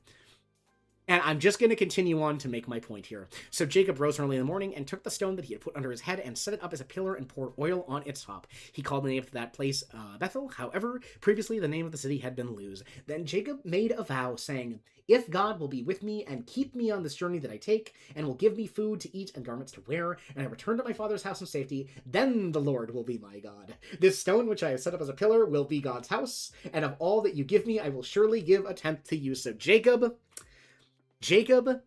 has God come down here. Jacob has the stairway to heaven, literally out in front of him in a dream. God give him directly the promise, invoking, I am the God of your father and the God of Isaac, and the land on which you lie, I will give it to you and to your descendants. He is making promises to Jacob. He is saying to Jacob, I am with you and will keep you wherever you go. And what Jacob hears is, okay, so I have stumbled onto God's house. This is where God lives. By the way, Bethel is quite literally means Bet is house and El is God. So Jacob has named this place God house. So when you hear, for example, Bethlehem, that is Lechem is bread. So that is the house of bread, which is always fun to think about, given our Lord's claim to be the bread of life, right? But that is so whenever you hear Bet,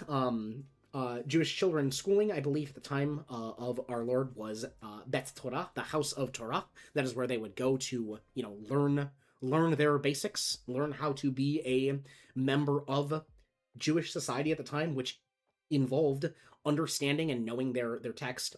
Sorry, going off on a tangent there. But what we've got here is Jacob has this transformative dream. Jacob sees God. Jacob is promised the same things, is given the good old family promise that was given to Isaac, that was given to Abraham. God says, I will be with you. And Jacob, Jacob says, this is God's house, and if God does all these things that he has promised to me, then he will be my God. So, despite the fact that God has told Jacob he will be with him and keep him wherever he goes, and that God will bring him back to this land, which implies that God is going to be with him all the way, Jacob is much more concerned about all of the things that God is going to do for him. Jacob does not yet take God at his word. Jacob does not yet, and maybe I'm being playing a little fast and loose here. Jacob does not see God for what he is, does not understand that when God makes a promise, that is something that God is going to keep. Jacob does not have that confidence, that faith in God yet, that is so called out, is so potent and referenced by the New Testament authors as they are speaking of Abraham. Jacob's not there yet. Jacob is now seems to be focused in on God. Jacob understands that God has something God wants to do, but Jacob doesn't trust God, not yet. And well, we've got plenty more of Jacob's story to see how that plays out for him. But I think I just want to make that note here. Jacob does not yet trust God. I think is where I want to leave off, and then I will condense these notes into a single post-it note to guide our study next time. But yeah, I think that is also, sorry. This stone which I have set up as a pillar will be God's house, and all that you give me I will surely give a tenth to you. God is going to hold Jacob to that promise. Jacob has made a promise to God here. Jacob says, hey God, if you're going to do all the things that you said you're going to do, I will surely give a tenth to you. And boy howdy, does that not get written down? Does that not get recorded, remembered by God? I guess this is kind of it is the origin of tithe. Boop. Does that fit on my post-it note? Yeah. Awesome. That's going to persist as well. Okay. Yeah. So that's good. So the kind of in summary here, we once again have, as we picked up this story, we once again have Rebecca kind of calling the shots. We have the narrative, the actions that are being taken by this family. They are not motivated by what Isaac wants. They are not Isaac is not really kicking anything into motion himself. It is Rebecca says, I don't want this for my son, I don't want this for my son, and that is what prompts Isaac to act. We know, however, even though Isaac needs to kind of be prompted into doing X, Y, or Z, Isaac knows his promises. So when Isaac is blessing Jacob to send him on his way, Isaac repeats the promises that he and his father were given. And again, these are promises that Jacob should know, that Jacob should be on board with as a member of this family, that he just does not seem to be engaging with at the moment. So Isaac knows his promises. Isaac gives Jacob, rehashes the Abrahamic covenant here. Isaac, and in doing so, Isaac is not saying, Jacob, get the heck out of here and don't come back. Isaac is explicitly expecting Jacob to go out, get a wife, and return. And again, Isaac knows that Jacob is, just like Isaac, is to settle in this land. But Rebecca has said, and Isaac has agreed with her, to be clear, that the wives Esau has taken from among the people here, they are grieving. They are a source of conflict. They are an issue. So Isaac says, okay, we're going to pull the same thing that my father pulled. We're going to head back to where it all started. We're going to check in with the household there, and we will get Jacob a wife from among the children of my mother's brother. Fantastic. But he expects Jacob to come back. Meanwhile, we see Esau, understanding that his wives have grieved his parents. Esau's trying to make things right is kind of the read I get. So he goes out and he finds more wives to try and fix the problem. He finds an additional wife from Ishmael, from the children of Ishmael, which is not a child of Canaan. So it feels like Esau is trying still to earn favor, is trying to earn something from his father, whether it be approval, because his father has said that he doesn't have any blessings left for him. And then as we are kind of continuing, we note that Jacob is very much retreading Abraham's journey, and we actually see that called out as God is talking to Jacob. God is using the similar language that he used when he promised Abraham and told Abraham to tread the land, that his descendants would spread out from east to west to north to south. Absolutely. We have, as Jacob kind of awakes from this dream, he makes a note that he has experienced God in this place, that this is God's house, and he makes a effort to mark it. And I think that's something, again, that is something Isaac did, and that is something Abraham did when they had their moments where they clearly heard the voice of God. So when we have those moments in our lives, I'm not saying we have to build a little stone altar or a little something to mark it, but it is, we should make an effort. We should make some effort to mark and to remember when God speaks clearly in our lives, when God gives us a promise, when God gives us a directive, when we feel that the voice of God clearly, when it can be nothing else. That is something we should make an effort to remember, because that is something that is going to have an impact, a significant impact on our lives. And then Jacob wakes up, he goes, great, God, this is clearly where God lives. God has told me he's going to do these things, and you know what? If God does those things for me, I'll be God's Jacob. That's when Jacob will be he will be my God, if God does all of these things he said to me. So Jacob doesn't quite yet. Jacob is now on board with the whole God idea. That is the God of Isaac. But God, what have you done for me? Once God has done these things for me, then he will be my God. That is his vow. And finally, point on the tithe.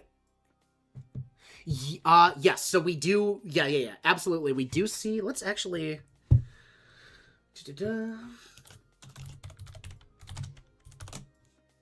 that's a fair point. Send me down those rabbit holes as I close off here.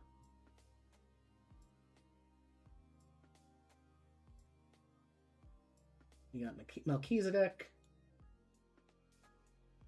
Yes. Melchizedek, king of Salem, brought up bread and wine. He is the priest of the God Most High. He blessed him and said, "This is the word of the Lord.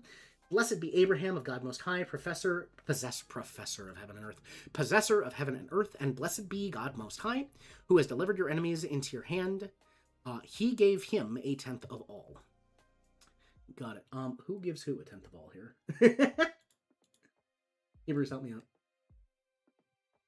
Yes, okay, so Abraham gave a tenth of these spoils to Melchizedek. So yeah, that is fair. That is the first recorded instance of a tithe here. That we've got biblically. I think that is something that Abram right kind of freely gave. That is, and here we kind of here we have what is almost feels like a systemic establishment of the tithe for Israel. Not saying these things aren't related. Have some IRL minutes? No. Thank you for stopping by, Nesriel. Really appreciated, and I hope you have hope you have some blessed preparation or engagement with that IRL ministry stuff. Thank you. Yeah, no. There is. I think it is good to point out. I'm genuinely curious if Jacob would have been informed of that. And what I think we have here, though. I'll chew on that. I'm not going to make any declarative statements right now. But yeah, thanks for stopping by. And actually, on that note of tithing, on that engagement with the concept there, I need to get myself some water. My throat is sore. I have been talking for hour and 45 minutes now. So I am going to take a real quick break here. Probably like a minute and a half, and then we will be back with some Rakuen. So I will be right back, or should I say, ba right back.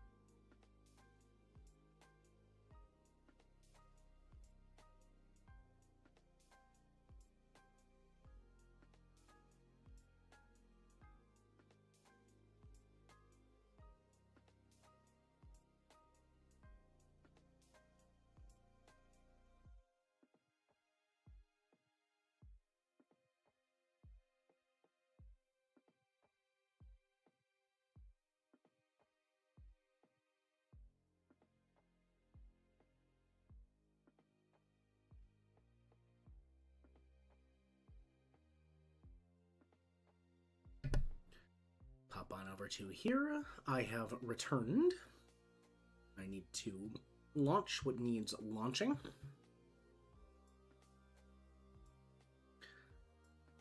Where is it? There it is.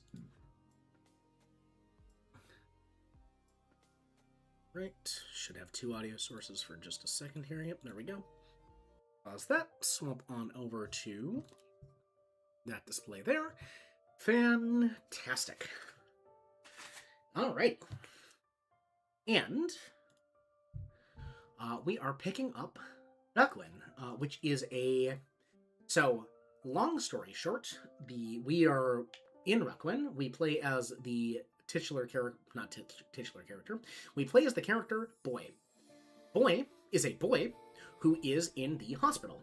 Boy is in the hospital for a sickness we have not learned the origin of.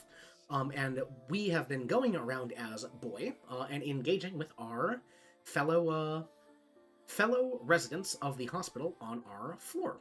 What we found as Boy What we found as boys, we've continued, is that there are various entrances in this hospital to a magical otherworld called Rakuen, which is Japanese, by the way, for paradise, which feels... It doesn't feel like it is our imagination. One, because our mother is coming with us, going in and out of this magical otherworld, and two, because I got an axe over in Otherworld, gang. I got an axe over in Otherworld that works like an axe in real world. And that does not strike me as that does not strike me as something that would work if all of this were imaginary. So this, just to kind of demonstrate conceptually what's going on here, we are in the world of Rakuen right now. If we go through this door, we can move our cursor and down this way, we can see that we are in a hospital. And then we're just gonna head on right back here. Actually, sorry. Gotta do the RPG Maker thing. Don't worry about it. Sink it filled with water. Nice. And we will pop back into Rakuen. Yeah. So we are going about, we are helping the people, we were last tasked when we were here in Rakuen. Oh. So that connects there. Fantastic. We were last tasked when we were over on this side of things to go and help people in our real world, to make things better for them. So I've kind of declared that this is a game about making things better. That seems to be our directive at the moment. And yeah, that's so we are kind of traversing back and forth between the worlds. We are helping people out in both worlds, with the ultimate goal of speaking to Morizoda, the guardian of the forest, who is going to grant us, Boy, one wish. I don't know if I know what Boy's wish is yet. Anyway, Uma! Ah! So we meet again? Why are you stealing again? I kept my promise. I didn't tell anyone you were staying in the hospital. But then you go and steal a lady's wedding ring who's in a coma. Oh yeah, he did do that. What is wrong with you? You don't understand. She asked me to bring it to her. Huh? What are you talking about? Why are you making things up? No, she really did ask me to bring her wedding ring. And I think she might need your help opening that box over there. Not so you can keep what's inside, mind you, but for Winston. You're not fooling me again, Uma. Now if you'll excuse me, I have a wedding ring to deliver. Toodles! Huh. There's a tiny envelope here. My dearest Gemma, I searched for days and was finally able to retrieve your ring. Perhaps once you regain consciousness, you can decide for yourself whether or not you still want to wear it. I also managed to find your box of belongings. I would have opened it and maintained its contents, though I have not found its key. I am so very sorry. The chest is locked. Can I follow Uma? I'm going to follow Uma. Where did he go? Winston. Winston, is that you? I don't... Winston?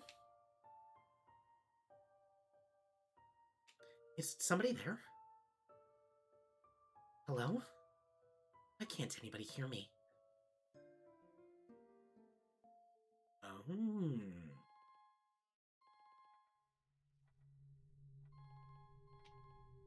What the heck? I don't like this. ELSPAE1. Let's note that down. That feels important.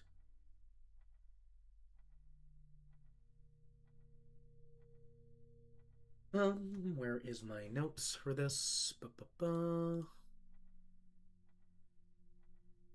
we go. ELSPAE1. Let's actually make sure this is saved to disk. Rakuen notes. This game came with a walkthrough file? Oh, come on. I mean, I get it. But, okay. Neither here nor there. You have one new message. Please enter your password to listen to your message. I have no idea what the password is. Guessing would take forever. Well, is it what was in the envelope? Open the locker. The door is rusted shut. Okay. I don't know why I'm woke up here, though. I don't like that sound.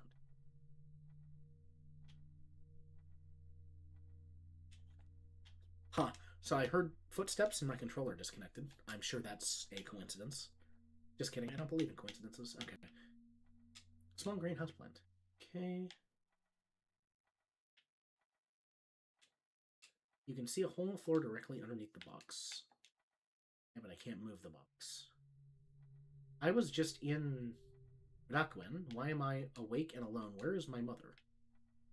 The door is locked. Okay, okay. Not a huge fan of whatever's going on here. Door is locked. Okay, okay.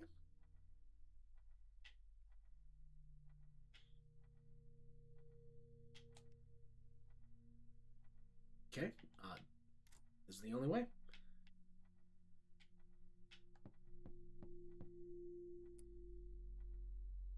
Last vials. Take one? You bet. Are you kidding me? Can I have another? No? Okay. Yes. Okay. Control panel. Pull lever 1. 1 is on. Or 2. Pull lever 3. Stuck. Off. Okay. Never mind.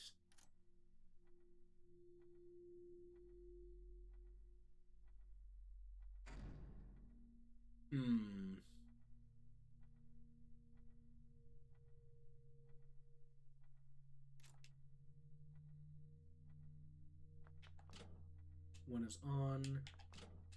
2 is on. Let's leave those both on. Moves both of the boxes, huh? Not quite yet.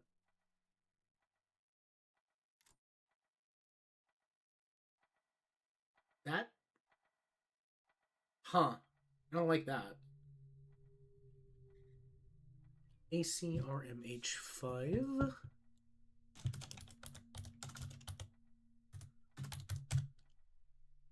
So elapse and charm come to mind as I am just as anagrams of the two words we've seen thus far in the envelopes.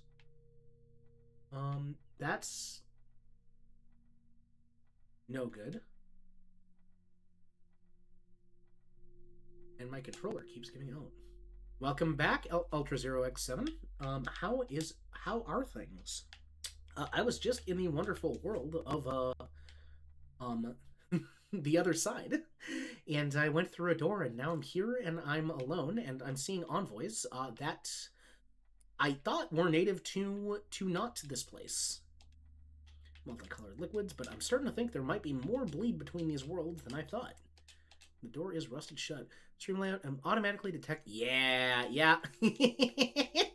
You're not allowed to be in my chat without me noticing. I see you there. I see you. Thanks for stopping by. Appreciate it. Gemma, come home. Okay, so we're in like Gemma's nightmare realm. Gemma, her nightmare realm. Fill the sink with water. Yes. We leave no sink unfilled. If we can do thing, we do thing.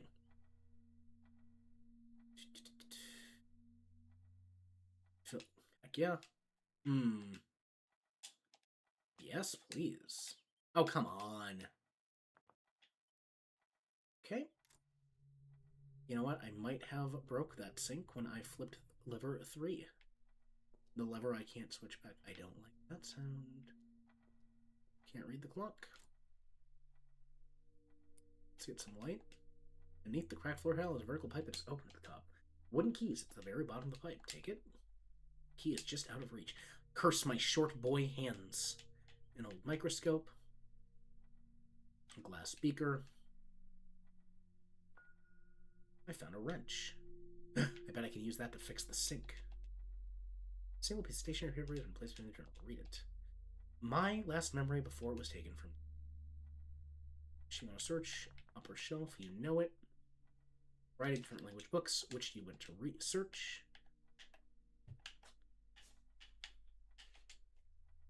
Man, my controller's getting a little feisty. It does not want to stay connected for whatever reason. So we're just gonna...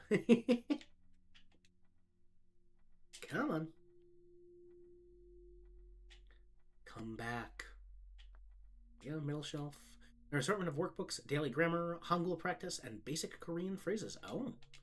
Seems someone has placed a key between two of the books. Yes. Small cabinet key. Bookshelf cabinet. Mind. Yes. Okay. All household tax, floor restoration, still dealing with rust after the flooding.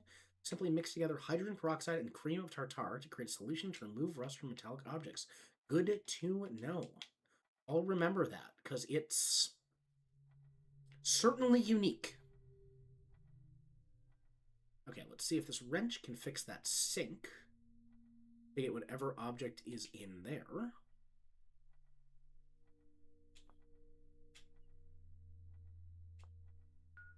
Nice. Bookshelf cabinet key. Okay. I can pop back over here.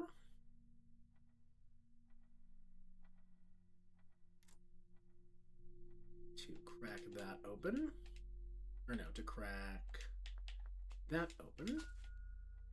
There's my hydrogen peroxide. Where's my cream of tartar? Last time before it was taken. Okay.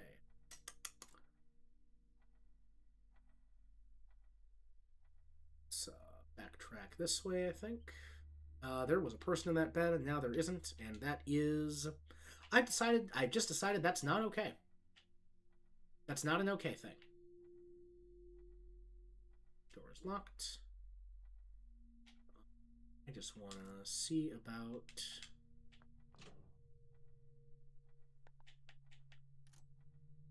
Okay, that puts that box back there. Pull that. Pull that. Let's hop on down. What's the worst that can happen? I don't like that. I got 28 seconds. Why am I playing Metroid all of a sudden? What is happening?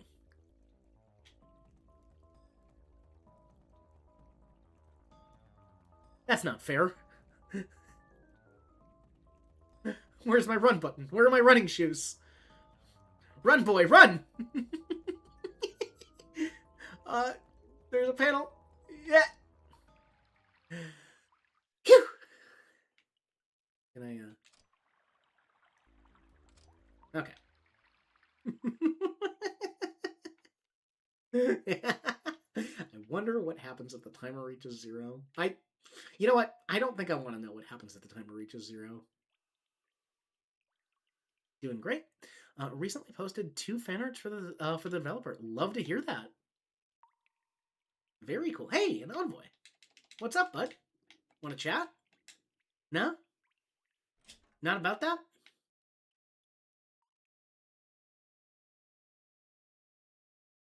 That's awesome. You strike me as someone. Meaningfully involved with the community around this game. I will say that much. Okay, so there's something down here I'm missing though, because I wouldn't just hop down here for nothing. Say that much.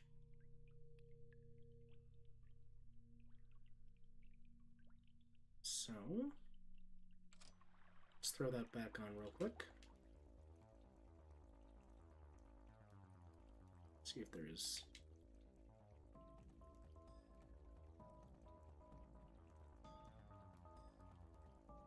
anything going on? No? You know what?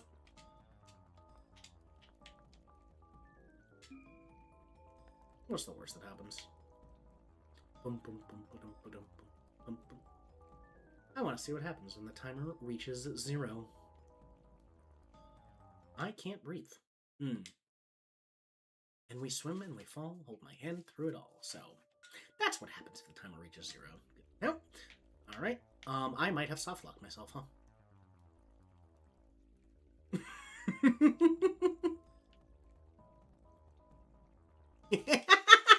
Hang on just a second. Use the autosave. Yeah. That's Hang on. Now I have to know if I can do it. Now it's a challenge.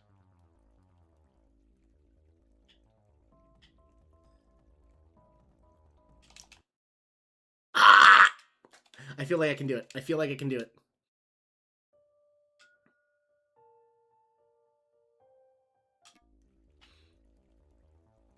I see that we were smart about the autosave in this room. As a sometimes developer, I appreciate protecting the user from themselves, from their own idiocy. Okay, but now this is a challenge. I know I can do this. Down. We need perfectly efficient pathing. Over. Down. Can I walk under this stream? No. Colin this hollow with a raid of 2. Ah, yes. We drop bombs on raids, apparently. Welcome, welcome. Oh, man. That's a lot of bombs. I didn't... I love that. Welcome in. Welcome in. Thanks for dropping by. What were you up to? What were you up to, Colin?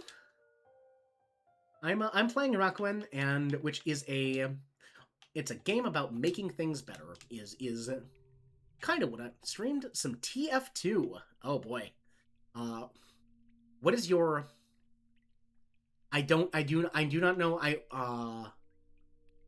Automod hated what you said. Oh boy. What did you said? Now I'm curious.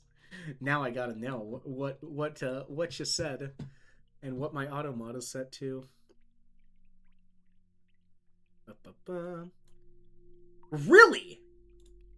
That's wild. Gotcha. I've definitely seen Wilder on Automod as well. Like, it's just bums, Oh, like British, as in it is. Okay. So, what is there has to be a reason that I am down here. There. I must be missing something.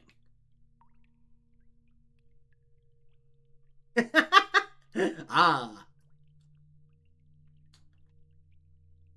I see you two know each other.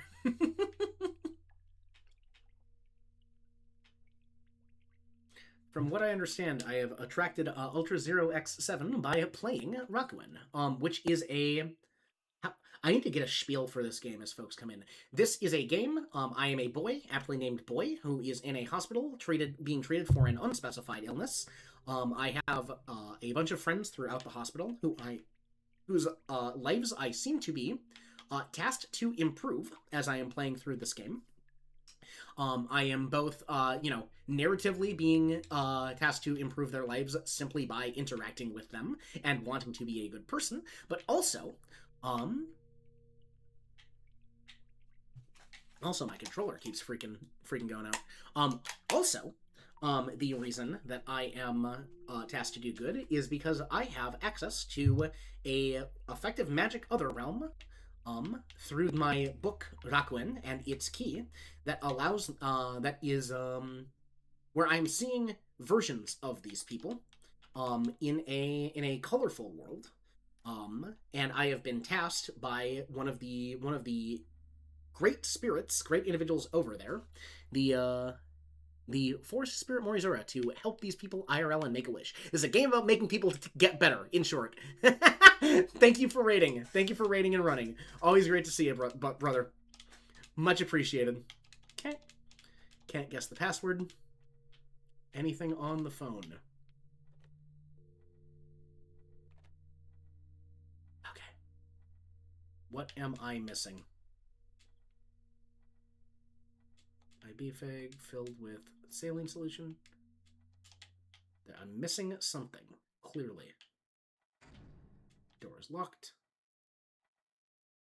Thank you for stopping by.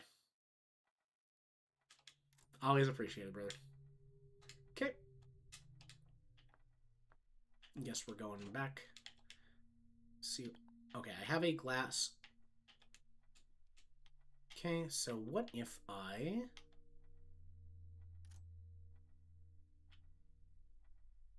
pulled the levers incorrectly? I can't, this is stuck on, right? Cannot turn it off. What is on? 2 is on. Yeah, okay. I'd get away with it.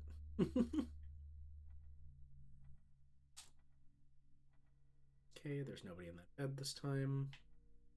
Am I missing something on the mop? Did I not check the mop? No, okay. Got our 2 anagram letters. Let's pop in here. Turn on the sink. Rusted shut. Gotta find my mortar and pestle. Come home. Sink. Clock. I'm going to figure out what's going on. Okay. I do have a file. PHIAL. Let's check our inventory more broadly. Glass file. Yeah, okay. That is what I expected. So maybe I can use a glass vial when the... Okay, this is just out of reach. Yep, got it. Wait, that's telling us tartar, speaker. Sure. Yep. Okay, we still need to find our...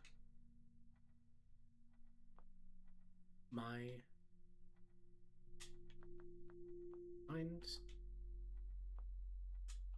Empty. Okay. I'm going to try starting the water flow down there and using the glass vial. See if that does anything for us. I doubt it, but we shall see. There has to be a purpose for this area. It can't just be... I mean, it could just be a fun little freak out moment, but I doubt it.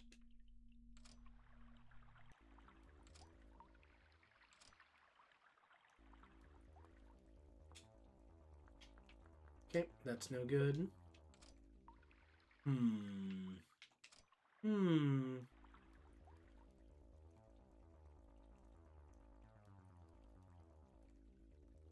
Okay, hang on. Actually, let's do something smart. Let's be a smart saver. That's not the menu, but save here. Okay. Let's try making our way back up.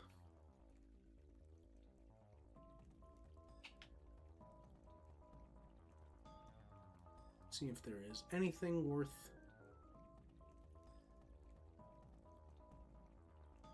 Okay, cannot open the door, which means we are, as a boy, about to stop being a boy.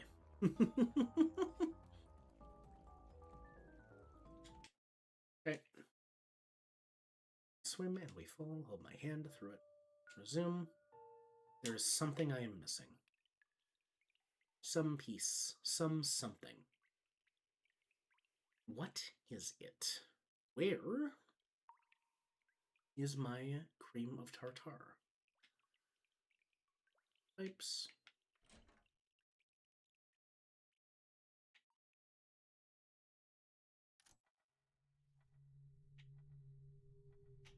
Check the wheelchair. No. Check this locker. Rusted shut.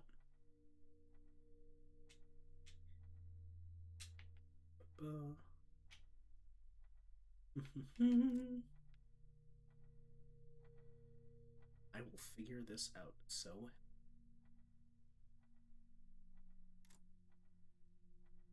it's a CMH5 pestle. Door is rusted shut. Ba-ba-ba. Plant. Home. Home and my are highlighted in red. Okay, nothing more in this room. Moving right along.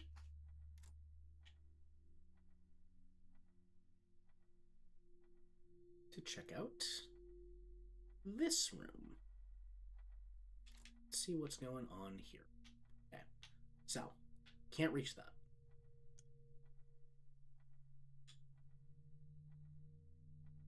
I don't know. Turn the lights up. My last memory before it was taken. Okay. For middle daily grammar, Hangul practice, and basic Korean phrases. This is empty. Never mind. Check the chairs, nothing there. Double check the bookshelf cabinet. Cabinet is empty. What am I missing? Microscope. Old microscope, to be clear.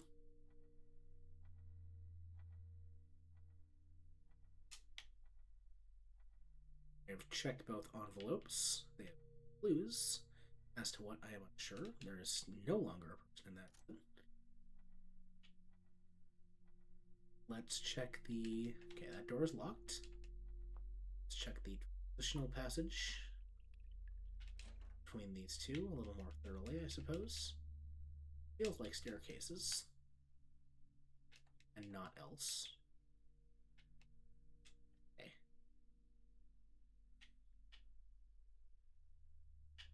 That really does seem to be the case. That really kind of seems to be the extent of what I've got available to me. Still locked.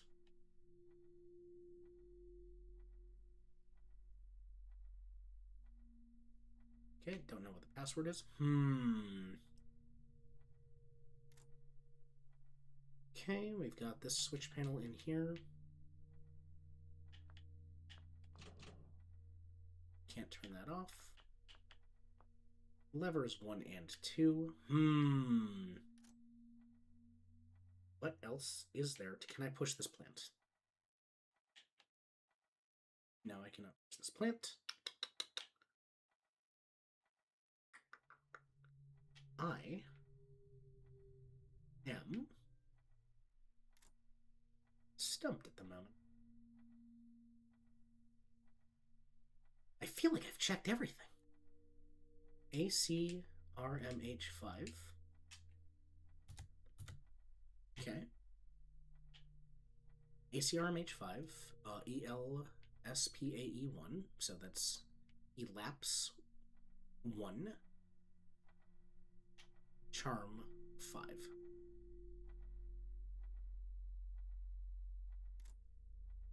Elapse 1, charm 5. This is what I seem to be getting from those. Let's check our journal, maybe. Okay, can't do either of those things at the moment. A glass beaks are filled with hydrogen peroxide. Can't reach that. None of my... Key is just out of reach. Okay. What am I missing?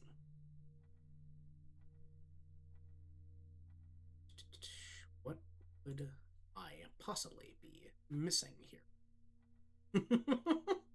Come on! Alright. One more pass through. One more. Okay. Clock. Cannot clock. Can I sleep? Can I go back to bed? Can I elapse some time?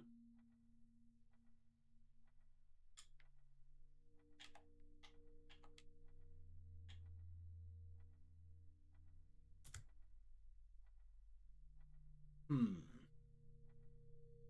don't think that's it. Could be wrong. Hopefully not. What else? What else could it be, though?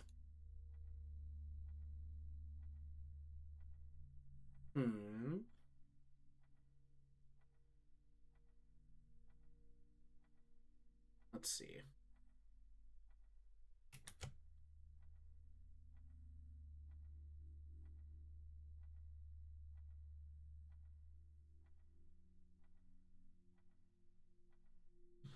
Okay. We've got... Can I pick up anything here? No, no. I feel like I've interacted with darn near every interactable element I can interact with.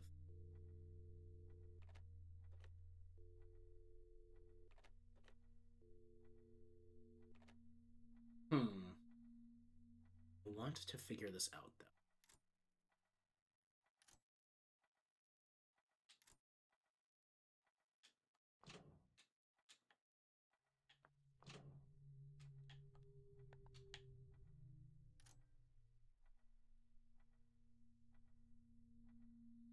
Check this cabinet, because that would be a real...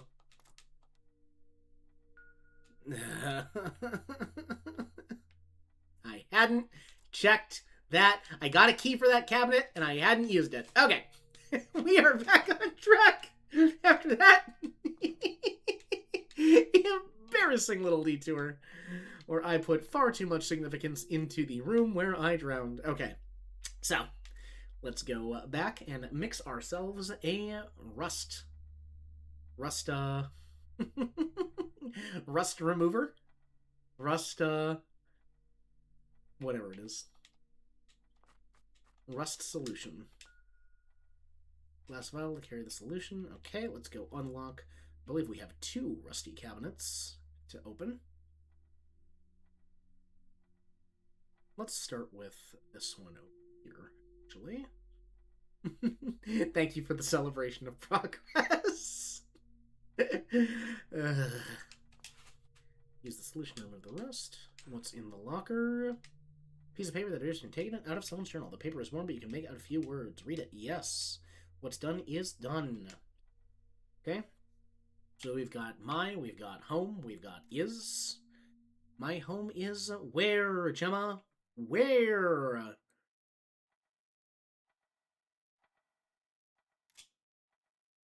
Give me more. Oh. I still have more of... I can open more, I can open more, Okay, good. I still got more solution. I don't have to come back and refill. Okay, okay. Moving right along. Do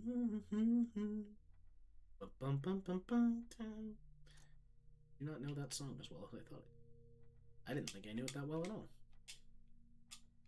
What's in the locker? Something that'll let me get a key, maybe? Maybe if I lower that bucket down, I can reach a key. Would that not make sense? Okay, no. So maybe I can use the bucket in the room where I am drowning. Get some water to maybe water a houseplant, methinks? Question mark? Oop.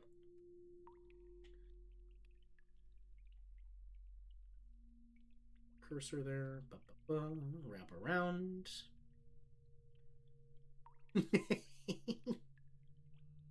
Alrighty.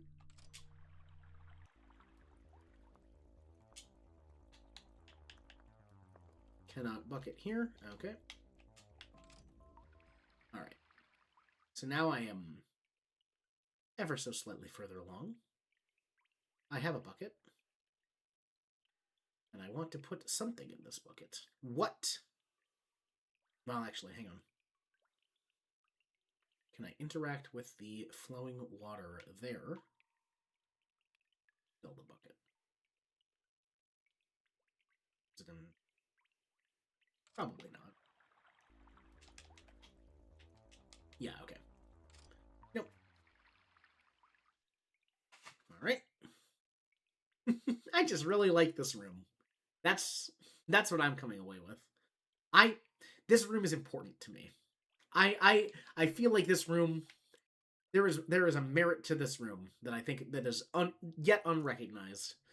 Okay. Small greenhouse plant. We've got a bucket. Can we try our password now? Okay.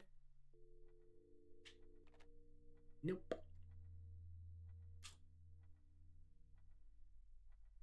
What can I do? There we go. Okay, so there's where I can get water for the bucket. Fantastic. Fill the sink with water again, because we leave no sink unwatered. Now, plant. Water.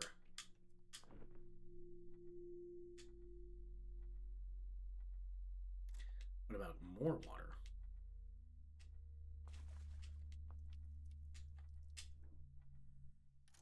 More water, more water, more water. Okay, nope. Okay. So we have grown our houseplants. Now what? Now can I flip that third lever maybe back? I still don't know what third lever does actually.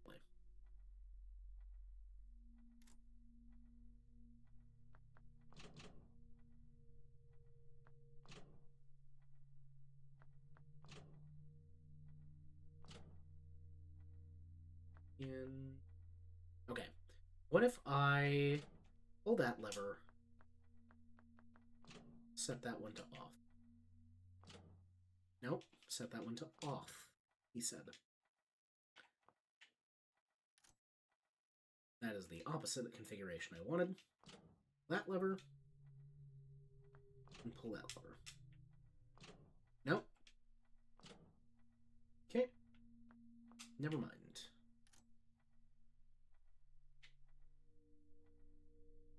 Okay, I've got a bucket full of water. I'm not afraid to use it. Can I pour it down into the place with the key, such that the key rises up to meet me? There we go. Bingo. Wooden gate key. Fantastic. Now, continue.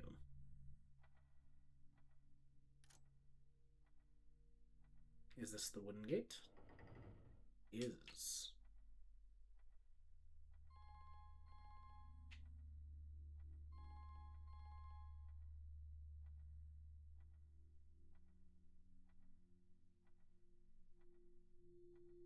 Me 3.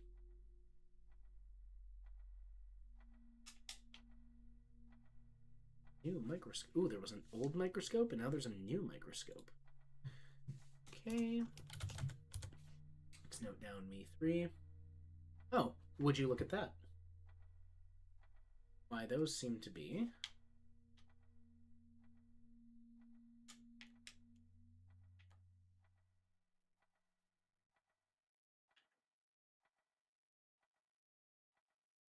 Great.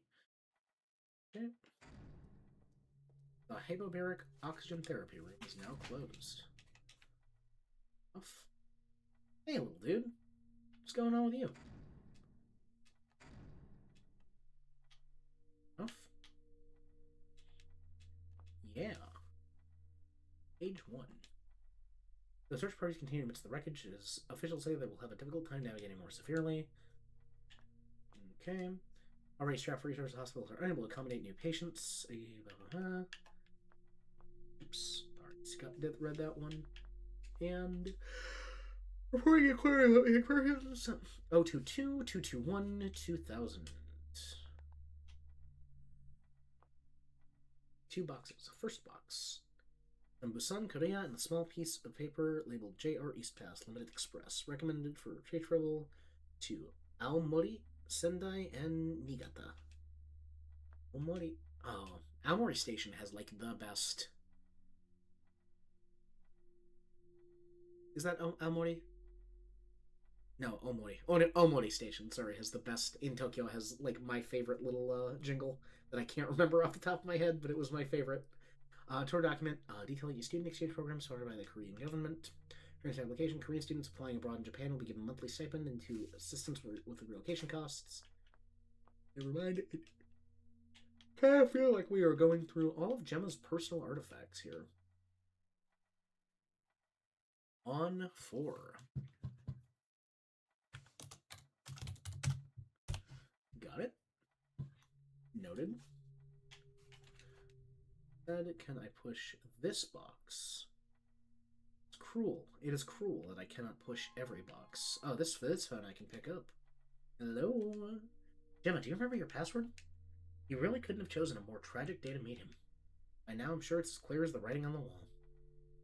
Well, that's, messed up, man. Meet 2. Meet 2. Okay.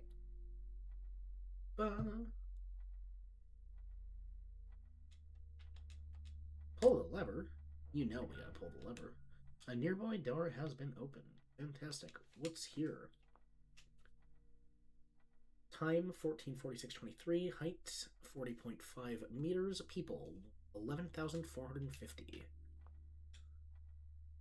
There are 20,000 Korean students in Japan. The number is increasing. And while tensions between Japan and Korea are unlikely to disappear completely, we hope the two nations will continue to move towards friendship through such a program as the student exchange. Which Korea? I'm hoping. Well, I'm not going to hope anything.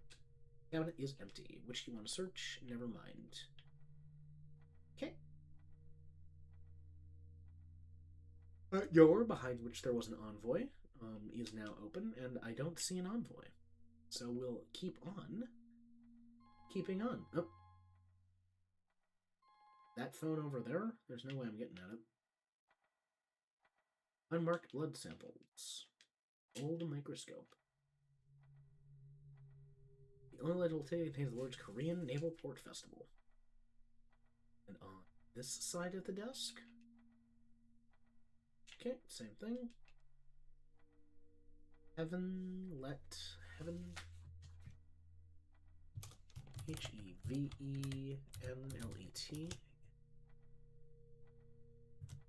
6.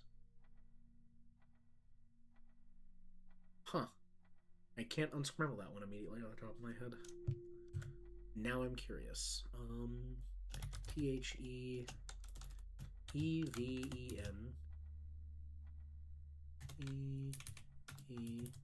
EEEN.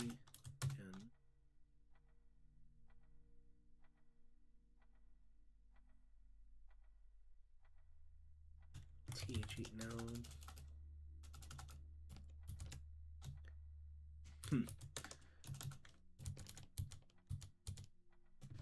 Okay.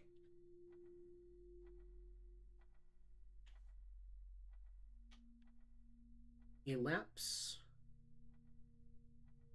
Meet me on Charm.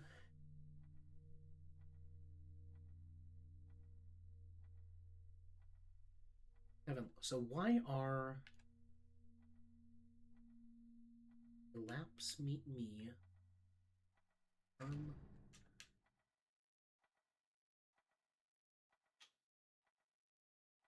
Okay, so we've got that written out there.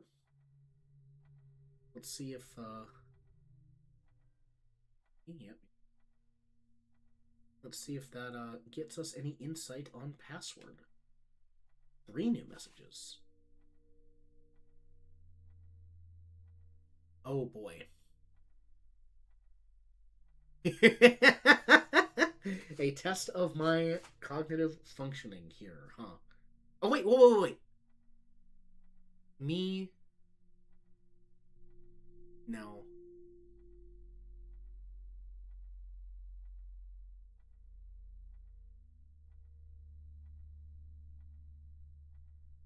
Okay.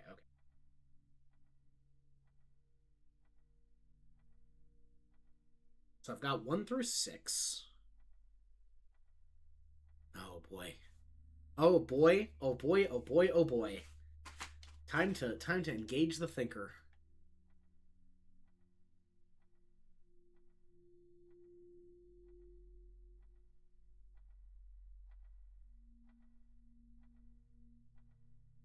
March 11th. March 311. 11th. 311. 311.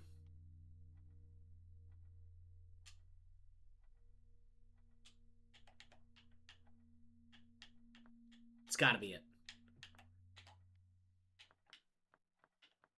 3, 1, 1. Yeah! Yay! Okay, cognitive functioning still there. Gemma, where are you? We've been trying to get in touch with you all week about your car's extended warranty. Haven't you been watching the news? I think you should come home just to be safe. Anyways, please call me back. I'm really worried about you. Second message. Gemma, have you lost your mind? Please, I know what you're doing, and I understand, but it's not safe to go there right now. You know this. Call me back, okay? Please. Please, bring Gemma to the hyperbaric oxygen therapy room this morning, and we can get started with her first session. The monoplace chamber has an air mass that will need to be set to 21%. It's a very important step in preventing oxygen toxicity. Dr. Yoshida and the team will be there to facilitate.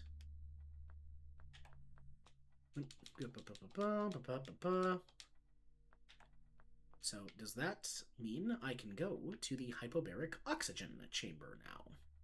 That's... why, look at that. It's open!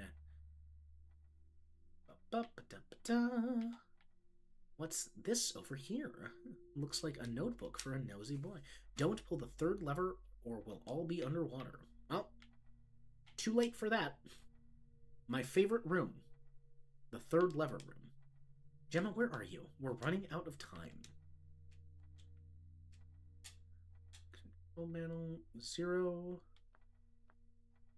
2, 1. Okay. Here we go. And we're out of here. I don't know what got us in here in the first place. My goodness.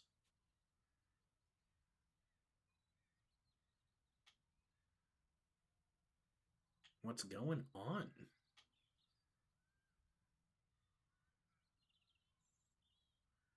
Oh, I'm Gemma. I see. I'm so glad to see you. Ah, what a weird week it's been. I can't help but feel uncomfortable with all these Conco walking around. They've been here 3 days. When are they going to leave? Oh, I don't really... Oops. Yeah, I suppose. But still, you've heard about what the Conco are like. They're no good. I'll be happy when they're gone. Should have read Gemma's dialogue. I'm assuming it was something... The Conco aren't that bad. The Conco don't belong here. I don't care what kind of goods they bring from across the Great River. It's of no use to me. Oh, hey, Gemma. How have you been? Well, you know.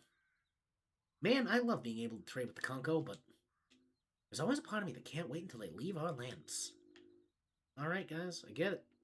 We don't like the Conco around here.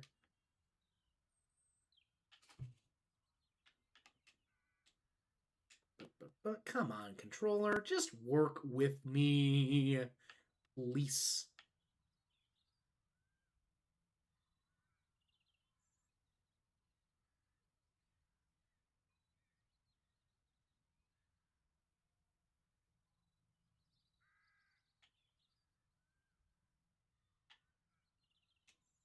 Good morning, dear.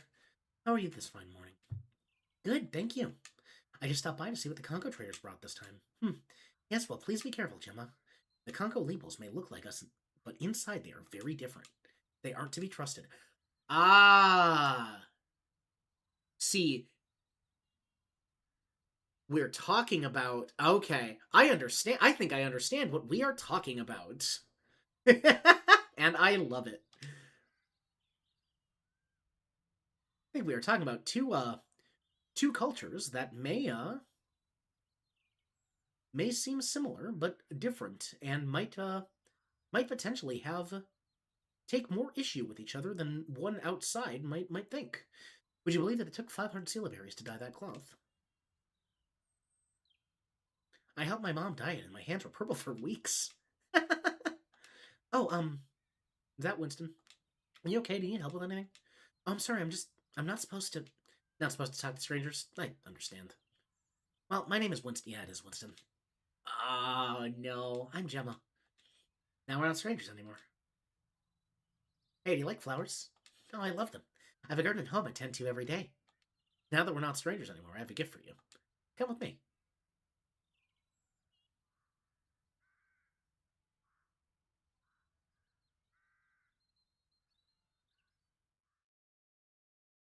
Now I am Boy. It is me, Boy. This game is great. Oh my goodness gracious.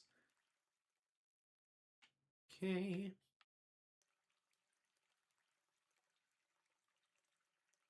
Let's see what's happening here. I think. Nope, can't push these. Never mind. Uh-huh. Okay. Can't push any box but that box. So down we go. And we are underwater again. And it's a different layout.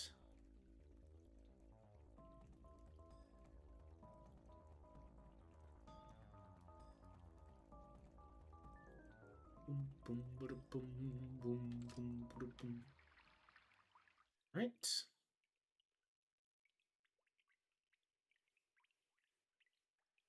Treasure chest.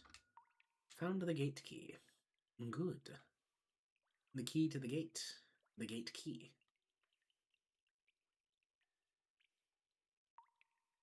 Would this be the gate? Yes, it would. Let's double check I'm not missing anything else in here. Because this feels like the kind of area I'm not going to be able to come back to. You know, I was expecting a much more... I was expecting a much more colorful stream today. A much more vibrant and bright time on stream today. But I am not complaining. Let me be very clear. Back to Rakuen.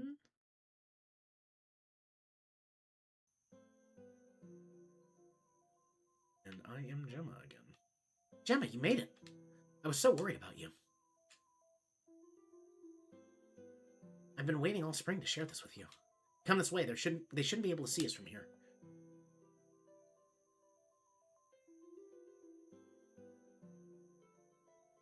Have you ever heard of the Hikaribana? No, I haven't. Hikaribana is the name of the Kanko tribe's most important festival. It's named after a very special flower that grows every spring. Hikari is light. And then Bana... Tachibana is like festival, right? Look down by the riverbank. Do you see those big flowers? Winston, they're so beautiful. And they're glowing. Every year, the Kanko Luna flies lay their eggs inside those flowers. Come spring, the eggs hatch, and the fireflies feed off the nectar inside. But until they learn how to fly, the Luna flies are weak and vulnerable. So it's the Luna flies that make the flowers glow. Yes, but the really special part is about to begin. The Luna flies and the Hikaribana are actually very good friends, you know. What do you mean? Turn from Fujisawa, the Luna flies... or Hikaribana would just be light flower. As they practice learning how to fly, they literally lift the flower up with them. You're lying! No, it's really true. As the flower floats through the air, the Luna fly's fluttering wings help to spread the flower's pollen across the land. Gemma, look!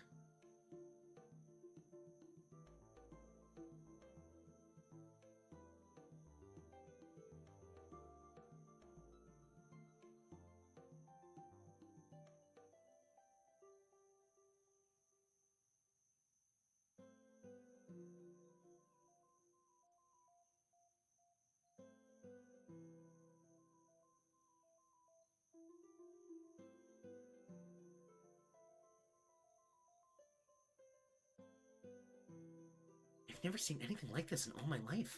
It's so beautiful. Thank you, Winston. I'm so glad you could finally see it. Hey, is there someone over there? Uh-oh, they heard us. Quick, follow me. Ah, yes, into the house that they won't be able to track us down to.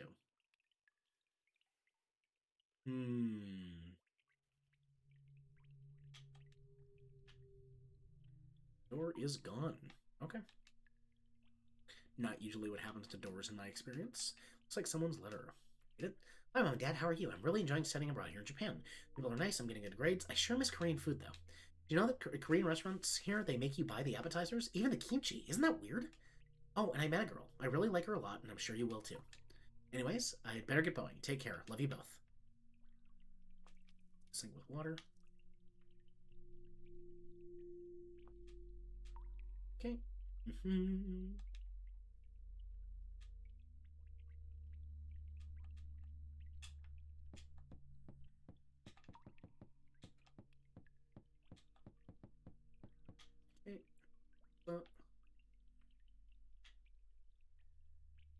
Open the locker. A stack of newspaper clippings.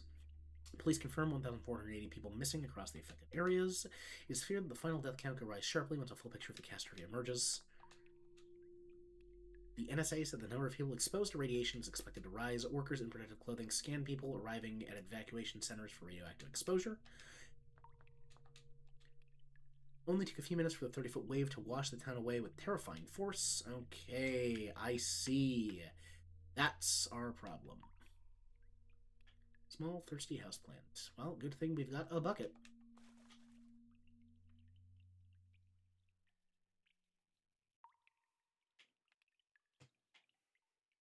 Come on, controller. Work with me here.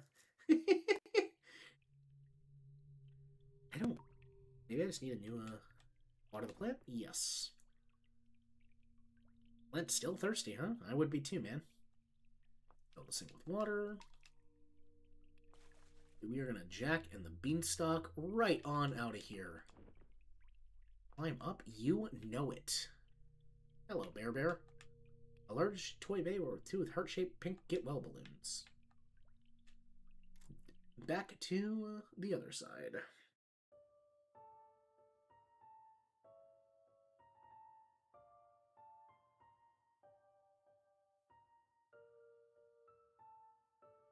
Winston, your mother and I have noticed that, well, you've been spending a lot of time with that, Ilbo girl, Gemma. Yes, I really enjoy spending time with her. I feel like we have a bond. I've never felt like that before. Well, we're happy that you've found a good friend. But Winston, she is a friend, am I right? What do you mean? Winston, we're open-minded Leebles. We know that trading with the Ilbo tribe has many benefits. I bought some very nice artwork from an Ilbo woman. Why are you telling me this? Winston, you're young. There are a lot of things in this world you don't understand. I'm old enough to know that I love her. Have you lost your mind? No. I've never been more sure of anything in all my life. Do you even remember what the Ilbo did to us? To our people? What they show you and how they are inside are completely different. You may think you can trust them, but you can't. Dear, he needs to hear this. It's for his own good. No. What did you say? Gemma is not like that. That's not how she is. You leave me no choice. You are no longer allowed to see Gemma. Not as friends, not as anything.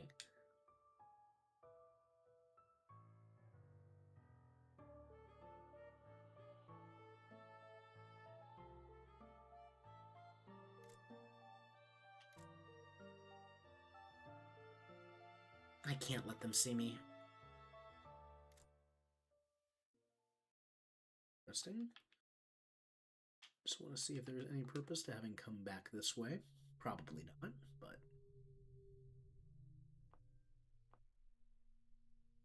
You never know. Never mind. Alright. Back to being Gemma. Time to keep going. Actually, yeah, keep going this way. Oh, Hikaribana.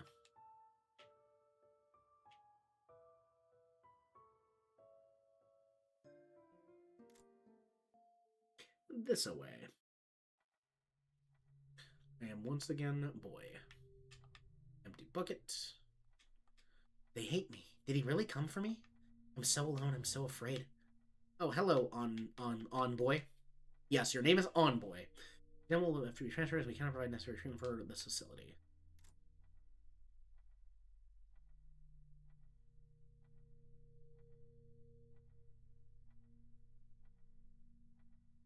You waiting for me to finish reading there, bud? Flooding has caused extensive damage to the basement and first floors. Don't be a casualty of structural instability. Watch out. You were, in fact, waiting for me to finish reading, huh? That's kind of you.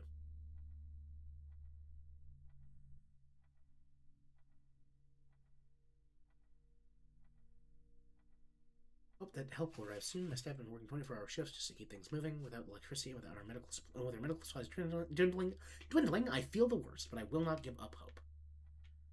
Okay. How you guys doing? Having a good time? I am. It's locked. Great.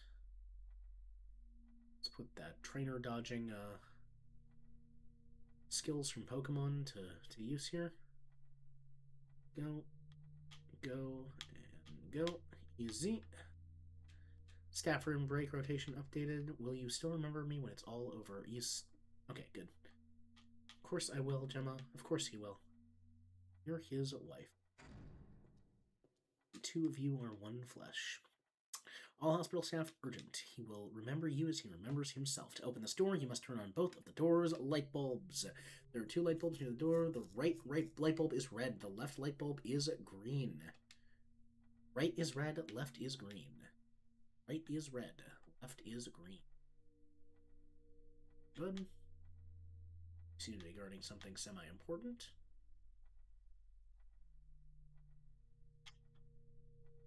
Shoot. Imprecise inputting on my part. It's red, left green. What's in here? Read it.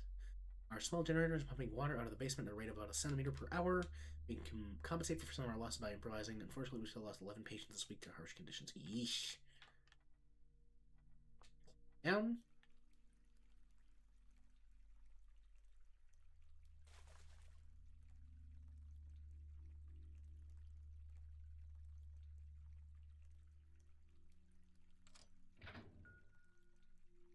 Ah, I see.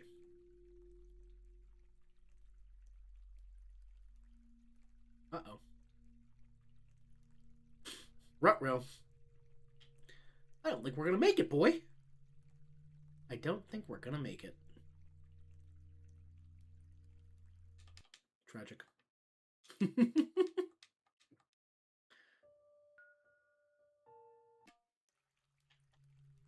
Right, let's try that again.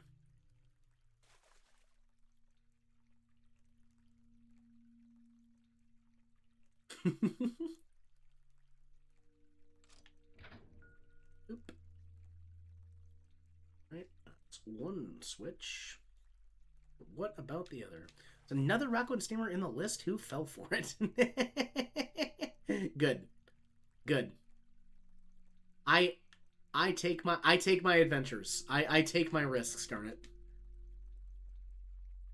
And if that's falling for it, so be it. Oop.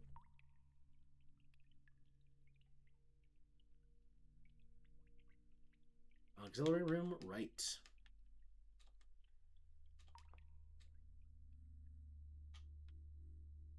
Arrived in the basement today. Much to my dismay, I found that we had lost far more supplies than I had expected. At this rate, we'll have to relocate several of our patients, but I fear the transfer will be the death of many of them. Tables covered with crisis management pamphlets and empty first aid kits. Tragic. What's in here? Faded letter inside. I don't care what they say. I know in my heart that this is right. When I've saved enough, I will return to the place where we first met. We can start a new life together away from all this. Sure thing. Saline solution. Check the desk. Already read that. Right, yep, okay. Okay, I have turned on the red right light bulb.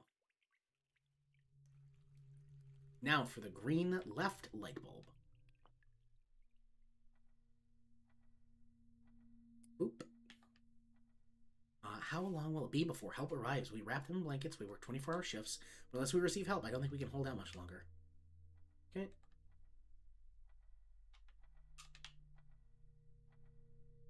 Boom. Climb down. That did not light the light bulb. What's up? What else must I do in this room? Ah. Makes sense. Hey, bud. Ah. Beep. Oh, it's just back here. I was going that way anyway, dork.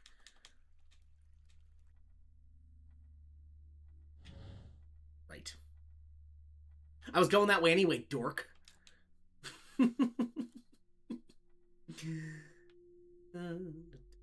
That was silly.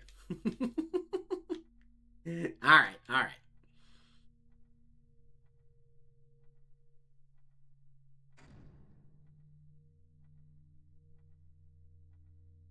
Did one go away?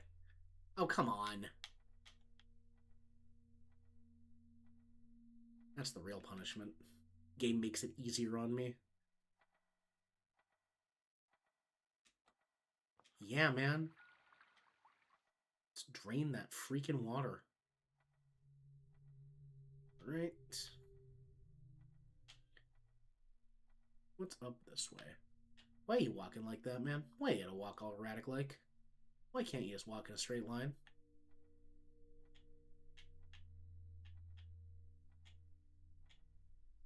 Oh, you're circling around, huh? Yes, I will remember you when it's all over. Of course he will. And over this. Okay, back down. Now that we have drained another portion of water. I know you're here, bud. I guess you're not. Cool. Climb down. And now there is no water. Which means we can go up past where the current is. Fantastic.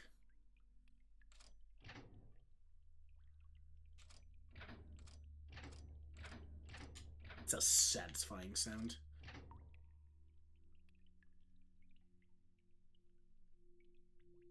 What's up through here? Boxes. Good. Alright,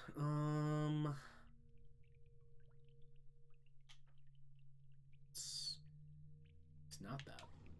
It's that. Just because I know what's coming. Oh, never mind. Prepared myself a quick escape. Just in case! Just in case. Oh my, it is almost end o stream time. End o stream o'clock.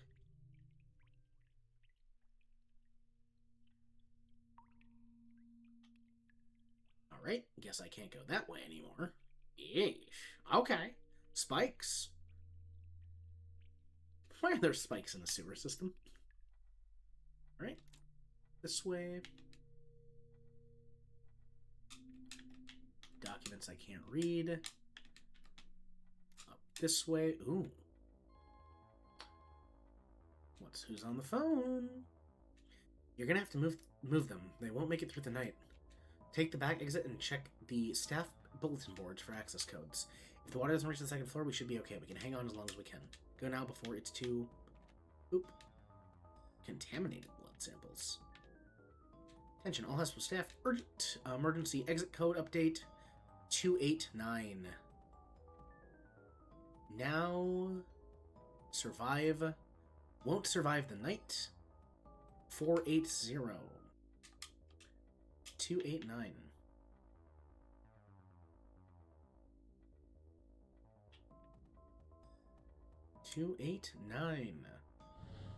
Hey guys.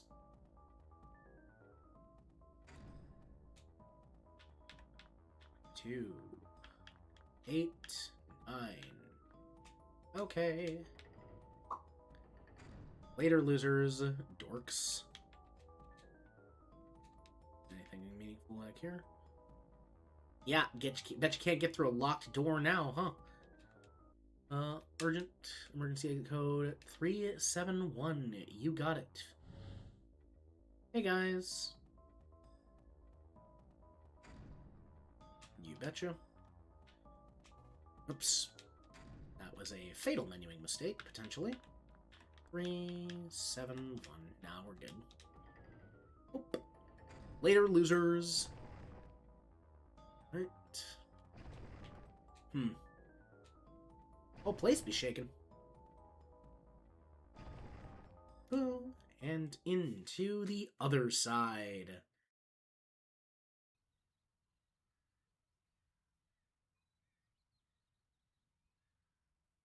Winston of the Congo. Winston of the Concho, Gemma of the Oboe. Even though your families disapprove of your union, the heart of the forest has heard your pleas. Because of your feelings for one another are pure and true, Morizola has allowed me to perform the ceremony of the envoy. That today in the forest you may be wed. Aww.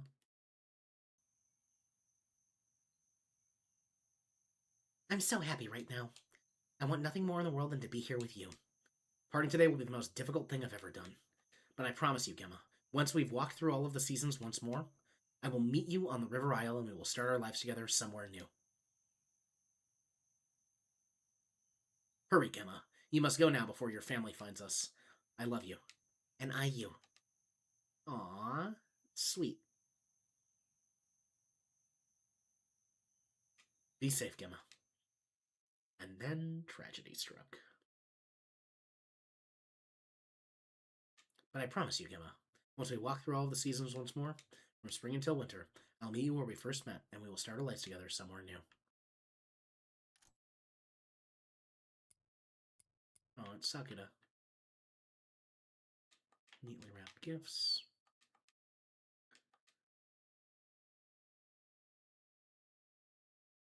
Okay. Yep, Hanami makes sense. Aw. What a good story.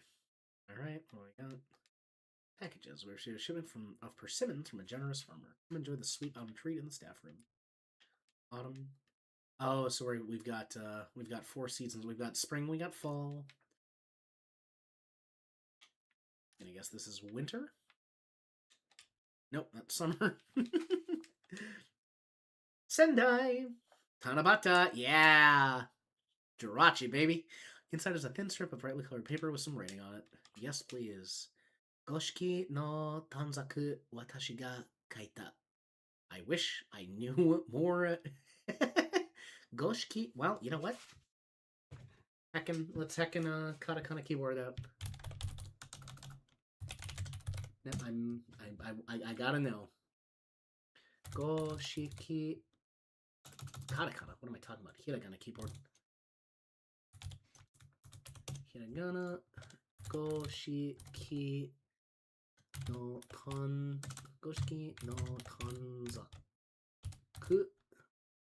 watashi. Okay, I know that one. I ga kaita. I am.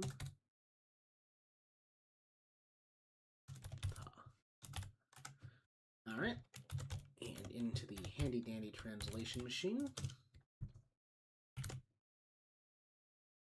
Oh, the 5 colored paper strips that I wrote. Kaita, okay. Oh, Hoshi, okay. Hoshi, star. So we're a great star. Shiny. Sky. Kara miteru. Kara. Oh, man. Miteru. Kara miteru. The great star is shining. I'm watching from over there. Okay. Gotcha. I'm watching the sky from the great star is shining in the sky over there. Okay. Nice. There we go. Empty vials. Boop boop boop. And what's in the journal? But yep, we did that. All right, last season, winter. Oop. Vase filled with flowers. There's no attached. Read it. Yes. I hope you enjoy these camellia flowers. They're the only ones in my garden that bloom during the winter. There we go. And we've got flowers for every season. That's all the seasons. Door is gone. Oh, what now? Now do we talk to the journal? I turned on all the lamps, right? Sure.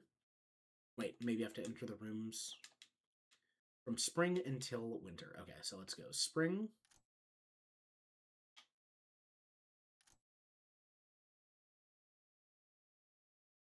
Summer. Fall.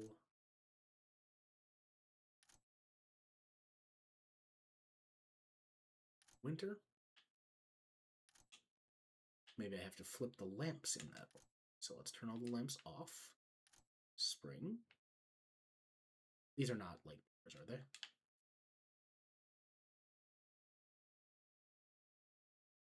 Nope. Okay. Summer.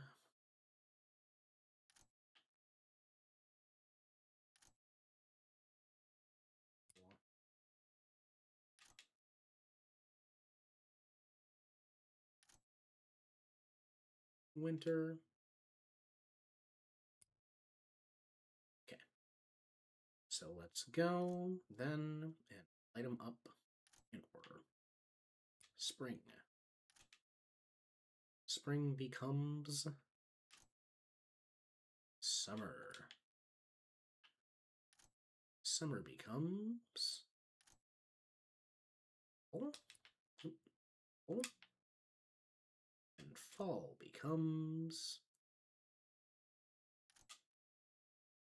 winter. You did it. Lo hicimos. We did it. Nice shorty. This has gone far enough. Dear, wait. If we do this, Winston may never forgive us. Or sorry, if we do this, he may never forgive us. This is for his own good. I'm not letting my only son run off with an Ilbo. I'm going to put a stop to this once and for all. Hey, Dad. Where are you going? Just out for a walk. I need some fresh air. With a packed bag? It's in case it gets late and I need to camp out. You're going to meet that Ilbo girl, aren't you?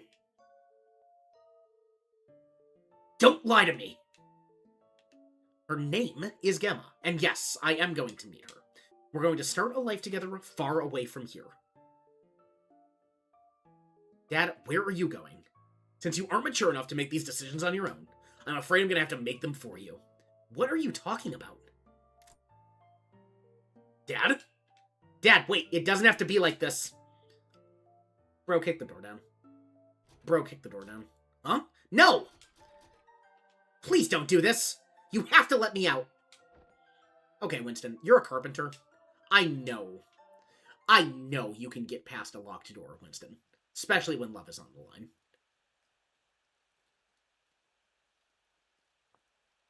I think I'm gonna have to. No, I gotta play this I gotta play this narrative out now. I'm too invested. Gemma! Don't try to stop me. Gemma, wait. Gemma, have you lost your mind? Please, I know what you're doing and I understand. But it's not safe to go there right now. You know this. Hey, that was in one of the letters. What other choice do I have? Mom and Dad would never allow me to be with a Konko. Our whole tribe looks at him like he's some kind of a monster. But I love him. I'm sorry, sister, but I have to do this.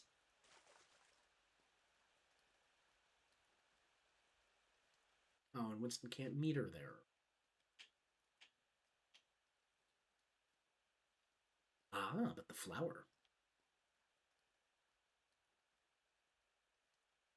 It hatched. Grab on, Winston.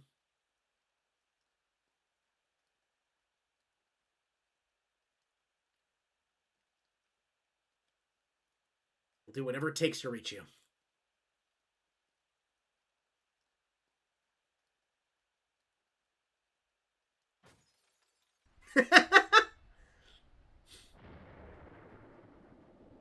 Gemma!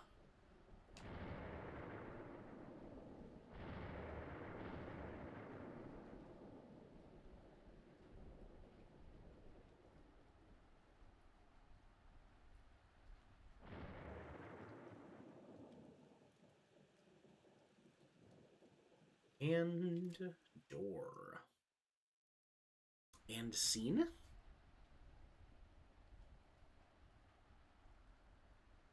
There's some incredibly effective storytelling going on here. Gemma! Sploosh. Uh-oh. Oh. The fact that drowning was a persistent threat throughout this portion of the narrative is relevant. I see. I'm so afraid your last conscious thought was that I had abandoned you.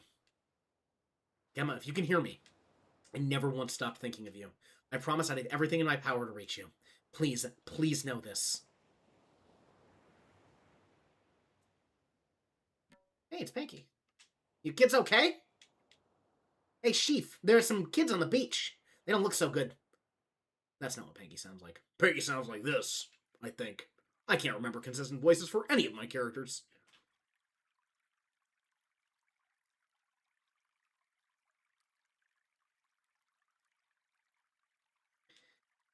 Hello? Oh, she can hear me good. Are you talking to me?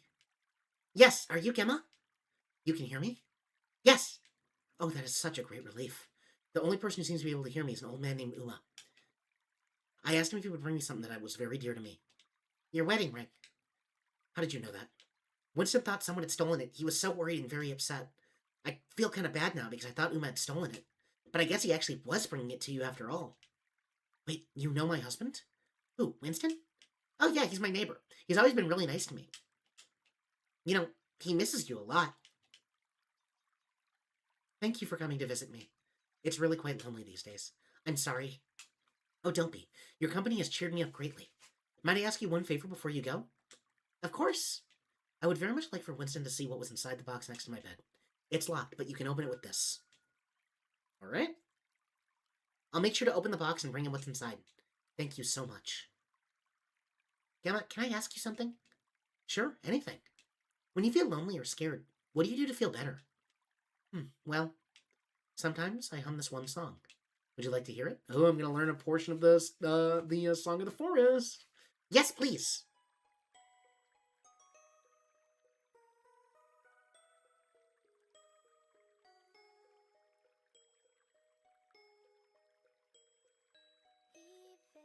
Even with my eyes closed, I hear you speak to me.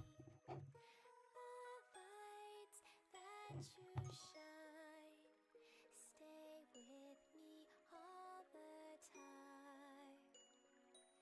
It's the brightest river I've ever felt or seen, but keep shining your lights, and I'll believe.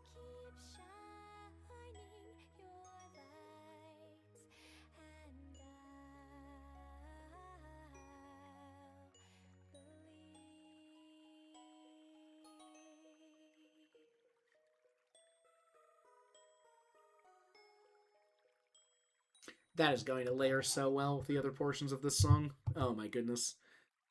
Oh, the music. Yes, the music. See you soon, Gemma. Amazing.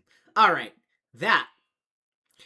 Once we get out of the roll here, that feels like a good place to stop. Yeah, no, that was fantastic singing. Gemma's box. Oh, hey, Mom.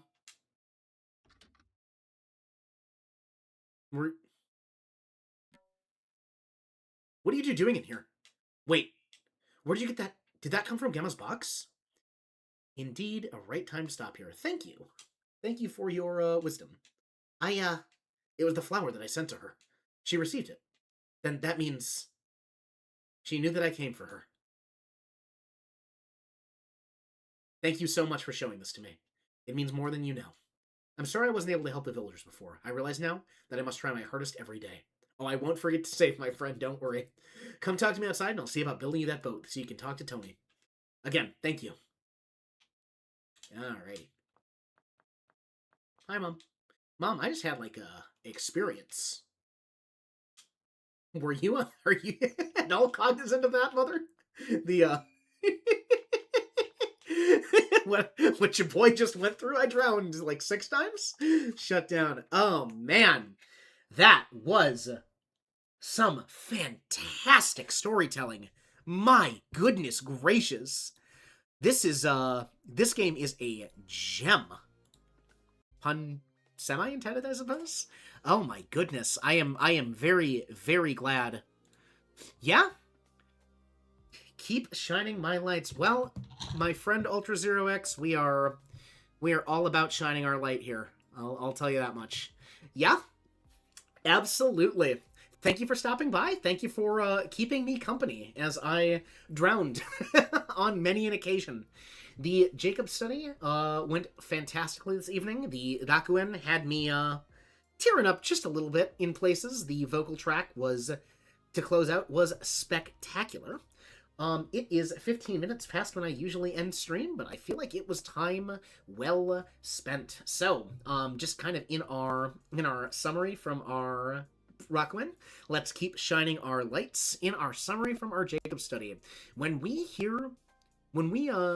recognize the voice of God, when we recognize him moving in our lives, make sure to mark that occasion.